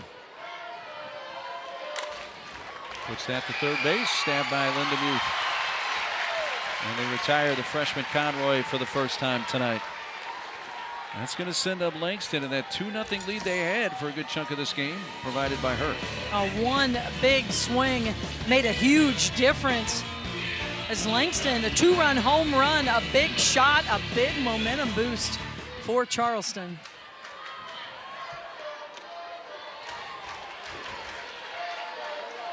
To me, there were 2 big changes in this game, Mark. One was bringing in Addison Fisher. There's no doubt about it. The whole tempo, the whole mindset of this Georgia team changed the minute she came in the game. I mean, she has retired every batter she's faced. And I don't have it exactly documented, but I doubt she's been behind much. You know, she's been ahead in the count consistently. And that just set a different tone for the Georgia defense. Every time they came off the field, you could feel a little lift from them. They really exploded there in the bottom of the 5th inning with 4 runs. But the shift in this game really started with that pitching change, bringing in Addison Fisher. You know, the silver lining of Rolling coming out, if Georgia does hang on to this lead, that ball's whacked towards center field, but it stays up long enough for a sliding catch down to her knees for Natalie Ray. Well, any outfielder will tell you the toughest ball to catch, a line drive right at you. Why? You don't know if it's going to drop, if it's going to take off. This one drops. And good athleticism shown from Natalie Ray as she drops to her knees, just concentrates on catching that ball. The second out of the inning.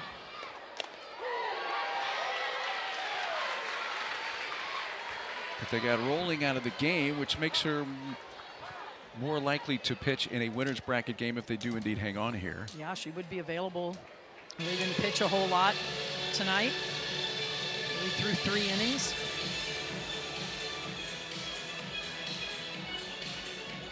And a lot of times when you've been the ace of the staff and the traditional starter, when you go out, she didn't have her best stuff tonight. You know, she wasn't her best self, so there's nobody who's going to want the ball more, whether they're in the winner's bracket or not tomorrow. There's nobody's going to want the ball more than that young lady.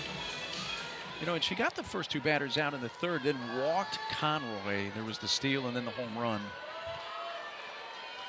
But that 2-out walk to Conroy really kind of seemed to trigger where she started to scuffle a little bit more. Didn't have that same flow. Yeah, just labored. You know, just looked like she was struggling to find, you know, she has a lot of pitches in her arsenal. Just was struggling to have command of really of any of them consistently. Foul ball that I believe got a piece of the catcher, Marissa Miller, and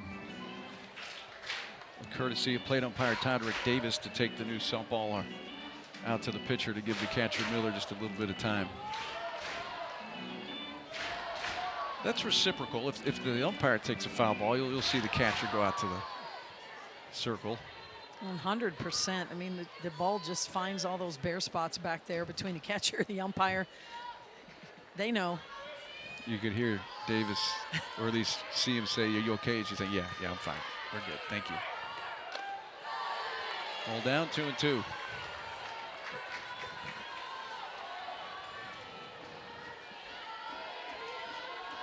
UNCG awaits the winner of this game in the first of 3 games tomorrow.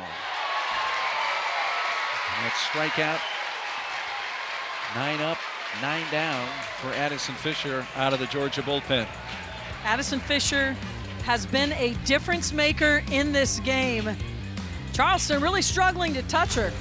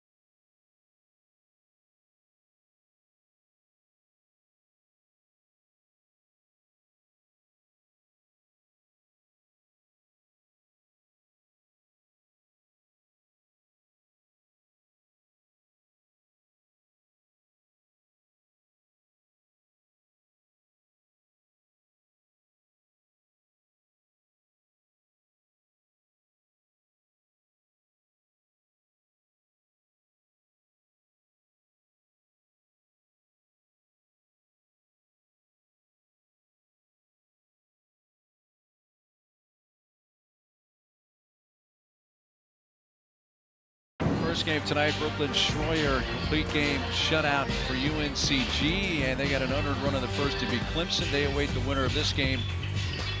Clemson awaits the loser in game 2 of 3 tomorrow. Kenzie Mathis still having fun, though. She comes out of the game after 5 innings and 86 pitches. I mean, that energy is up. It's just contagious in that dugout. I mean, really held Georgia at bay the first 4 innings of this game. Did give up the home runs in the 5th inning, and they're now going to turn to Kendall Thraxton, who's pitched quite a few innings as well. They like to make this switch, and talking to Coach Maggie Maroka, she's talked a lot about making the Thraxton switch after Mathis just because of the change of speed.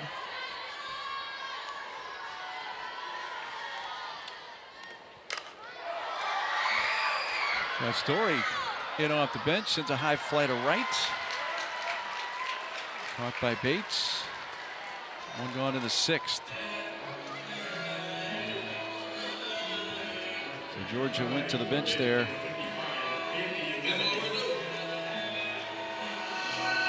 And Castori flies to right, and it brings up Bailey Lindemuth.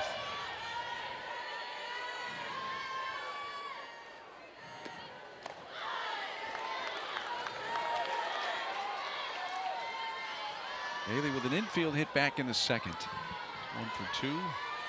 One of the 10 hits for Georgia in this game.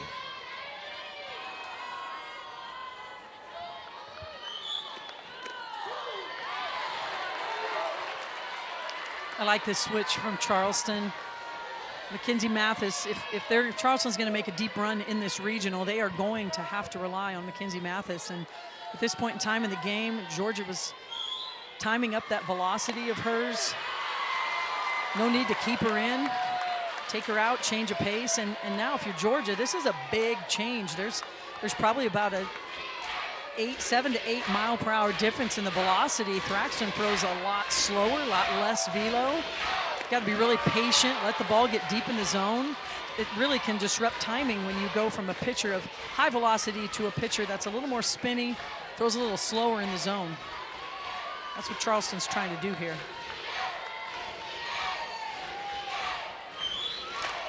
Liner just out of reach of the shortstop, Austin Miller. Lindemuth with her 2nd hit tonight.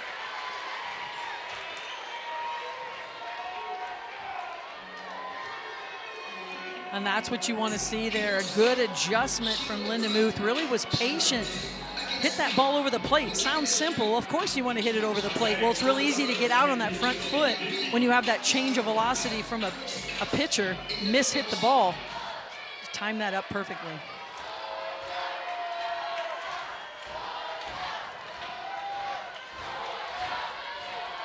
Digby, 2 for 2.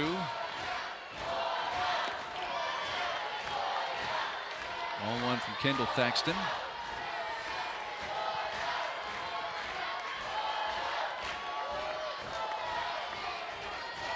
Pair of singles for Digby, 1 to short, 1 to 3rd. Hits it in the air to right field. Trotting back goes Bates. Makes the catch just shy of the fence. Well, the Women's College World Series returns to Oklahoma City, and the action begins Thursday, May 28th at noon Eastern, live on ESPN. For more info on the 2026 Women's College World Series, visit NCAA.com. Your home for all NCAA championships.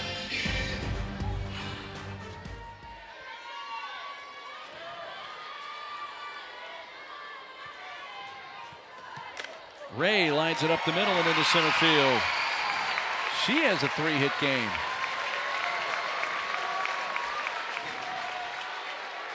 It's pushing that batting average closer to the 400 mark. Boy, when you have a 9 batter that can get on base in any way, in this case, via the hit, when you have a 9 batter that can turn that lineup over consistently in the postseason, allow your leadoff batter more at-bats, that's going to lead to success. 2 on, 2 outs, and indeed back to the top. Kirsten Ruse. Thaxton's off-speed pitch low. Thaxton spent her first couple of seasons at East Tennessee State.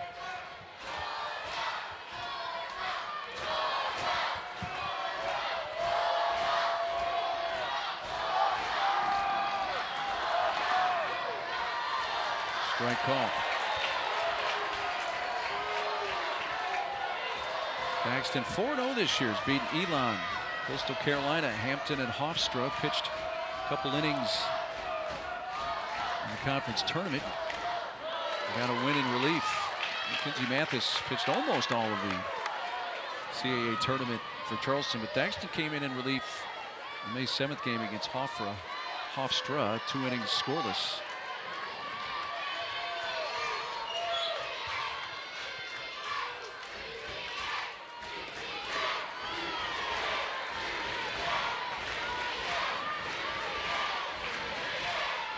Important part of the game here for Charleston. They've got another opportunity on offense. 2 runs seems doable. They do not want to make that deficit more challenging heading into the 7th. He lays off that off-speed pitch. 5 innings from Mathis.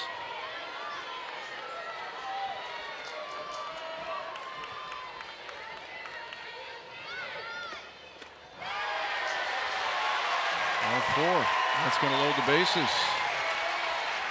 Georgia's done well with 2 outs tonight, 6 of 10. Knocked in 3 of their 4 runs with 2 outs, and it's loading them up for Goodwin.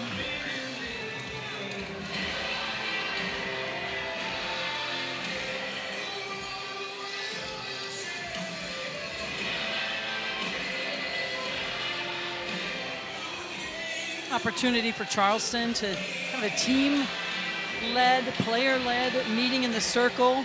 Sometimes with the bases loaded, it makes it even easier because you have an out anywhere. Every base needs to be covered. You just take the out where the ball takes you. I'm sure that was the conversation there in the circle. Just reminders on defense. Goodwin up there, hacking, fouls it away. 1 for 2 tonight. Had the base hit back in the 1st. The RBI came on a sac fly in the 5th that brought in the first run of the game for Georgia in the 5th, part of that 4-run inning. Off the glove of Parody, no play, and another run scores. Diving effort by Parody, got a mid on it, put a base hit for Goodwin and her 2nd RBI tonight. The minute this ball kicks away from Parody, just hits off the heel of her glove. She fields that cleanly. They have a chance to get out of the inning, but once that ball kicks away, too much speed on the bases for Georgia. And it gives Sarah Gordon another opportunity, who went deep last time.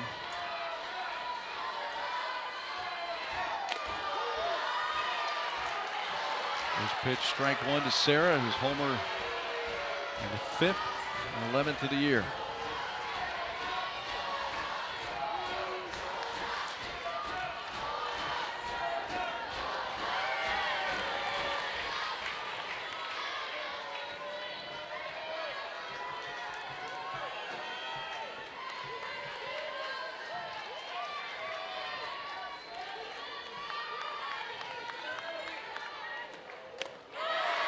And a pretty good rip at that one.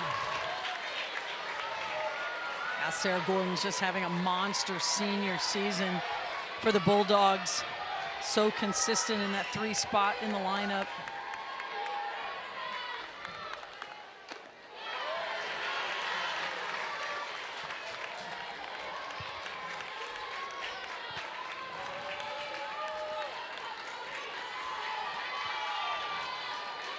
SEC first team. Pardon me, All-SEC first team this year. Sends it to the alley in right center field. Running grab. Conroy snow-coned it, and that saved at least a couple of runs, if not 3. But Georgia does add on with an insurance run. They'll take a 5-2 lead to the 7th.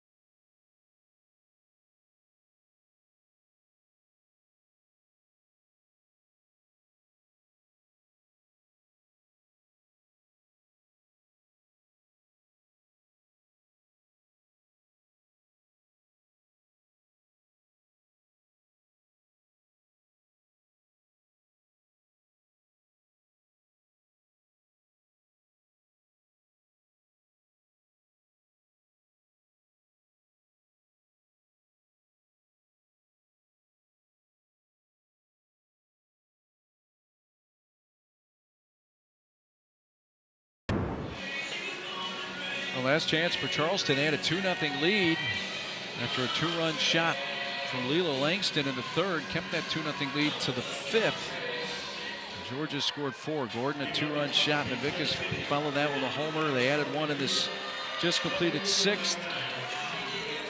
And Fisher, who's thrown 3 scoreless and hitless innings on 34 pitches, looks to finish it off.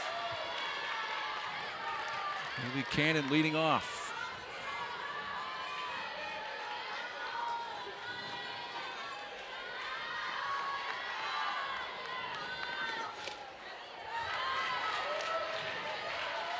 And for one of the few times Fisher falls behind. 2-0. I mean, talk about getting in your legs, huh? She's not going to forget to use her legs. It just has a wide base.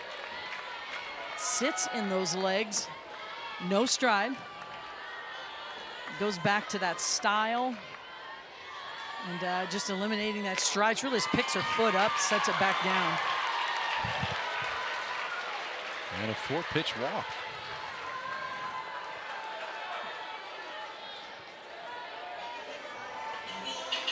Do not miss a minute of the action from the NCAA Softball Regionals. We will take you to the best live action on 7 Innings Live on the ESPN app. You can see every game, every big moment on the road to the Women's College World Series only on the ESPN networks. A strike to the DP horn. Winner plays UNCG, loser plays Clemson. The first 2 games tomorrow. Foul ball. Yeah, that walk from Fisher was the first base runner that Fisher has allowed. Retired 9 straight.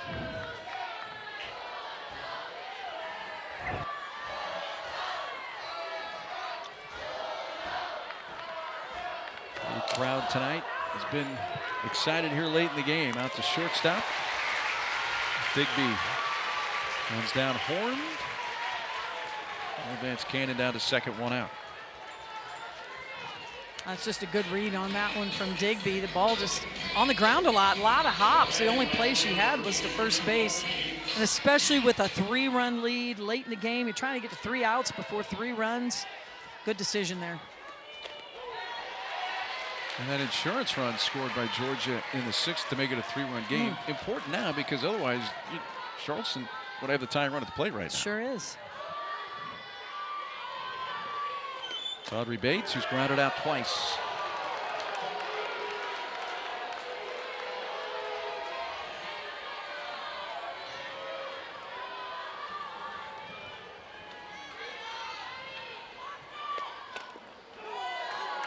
A little bit inside from Addison Fisher.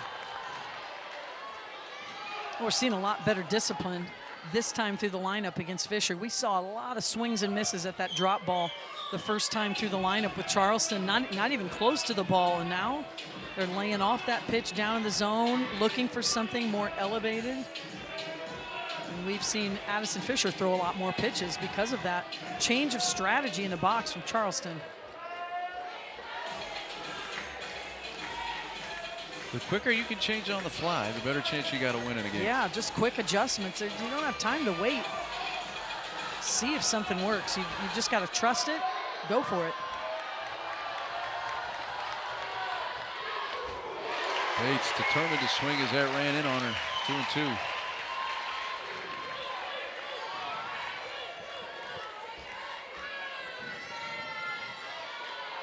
Charleston needs one more base runner to have a chance. Down 3. Bates stays alive, fouling it.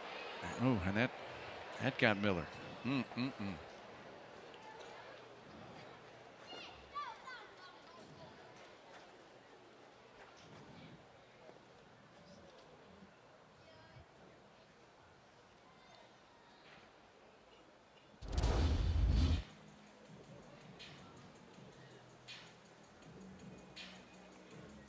Right off that left knee, right near the top of the shin guard.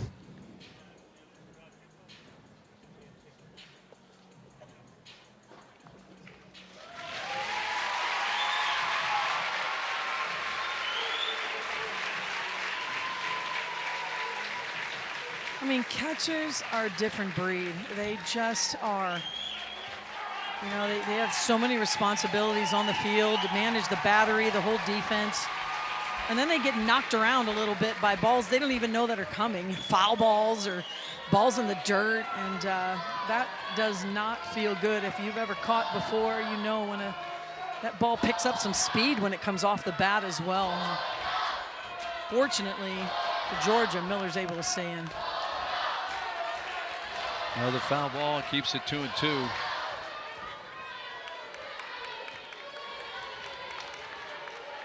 Well, there, Fisher's keeping it in that same zone right now. Bates having a tough time keeping her hands in, getting that barrel out. She's just fighting it off. 71-mile-per-hour heater, strike 3. And all of those inside pitches that she fouled off just set up this pitch right here. Drop ball on the outer half. Bates saw about 5 pitches in a row on the inner half, and that was perfect time for the strikeout on the outer half. Charleston down to their final out. Strike 1, Sierra Parody.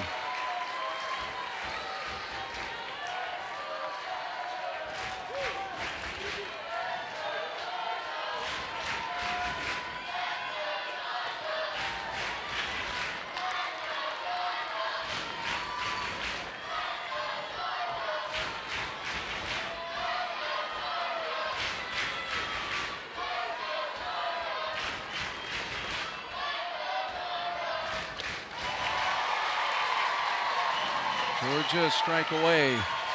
We're meeting UNCG at 1 Eastern time tomorrow in the winners bracket.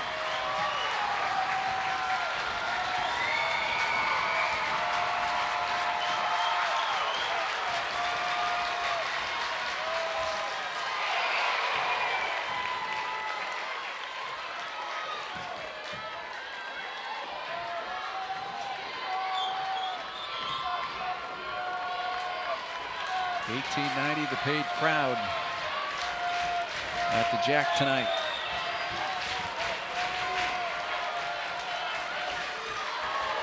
Two and two. One more base runner gives Charleston a chance. Down 3.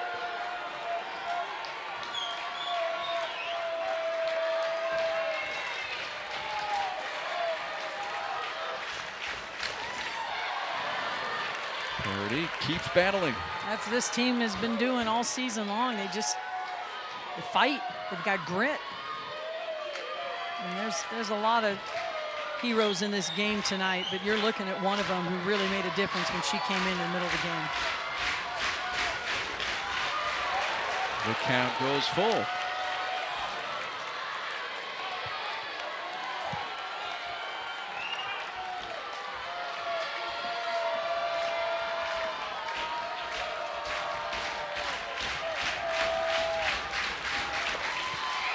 And another one hits Miller. Doggone it. I mean, she's going to need, let's see, a cold tub, bag of ice to go, a little ibuprofen. This game can't end soon enough for Marissa Miller right now. Poor woman's just taking shots back there.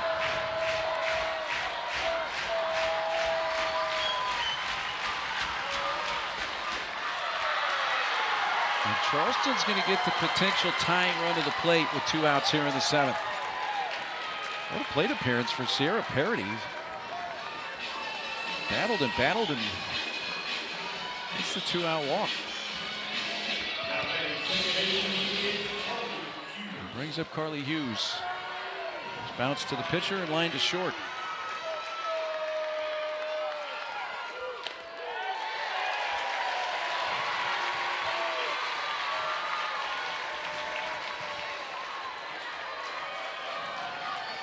Addison Fisher here, down in the bottom half of the lineup here. Just go with your best. Softly hit to second base, and the underhand toss by Ruth to Novickis. These Georgia fans got a scare from Charleston tonight for a good chunk of this game, but 5 unanswered at the end by the Dogs. And they win it 5-2. Something we've been seeing all season long from Georgia, hitting through the lineup. It took them half the game to get going, but once they did, it was an offensive explosion in the last 2 innings. Credit Addison Fisher to really settling things down on defense for Georgia. Let's take a look at this game's Capital One rewarding performance. It was 2-0 Charleston until the bottom of the 5th. And the home run brigade began with Sarah Gordon, gave Georgia the lead. Her teammate, they go back-to-back. Gabby Novickis follows that up. This place was rocking and rolling, and Georgia took the lead, held on to that lead to earn the victory. Well, the Bulldogs remaining unbeaten in home regional opening games with the 5-2 win tonight. So they get UNC Greensboro as they used one unearned run to shut out Clemson in the earlier game tonight, 1-0. So maybe not exactly the matchups we were going to see to start day 2, but Georgia does take care of business. So Georgia wins it by a final of 5-2. Again, 3 games tomorrow. It all starts at 1 o'clock Eastern time. It was a blast, though, to watch Mackenzie Mathis and the Charleston Cougars. They had that 2-0 lead thanks to the home run from Langston. But Georgia comes back and they win it 5-2. That's going to take care of day 1 from here in Athens. For Carol Bruggeman, our awesome crew, I'm Mark Neely. Thanks for sharing part of day 1 with us. Until tomorrow, we say goodnight from Athens.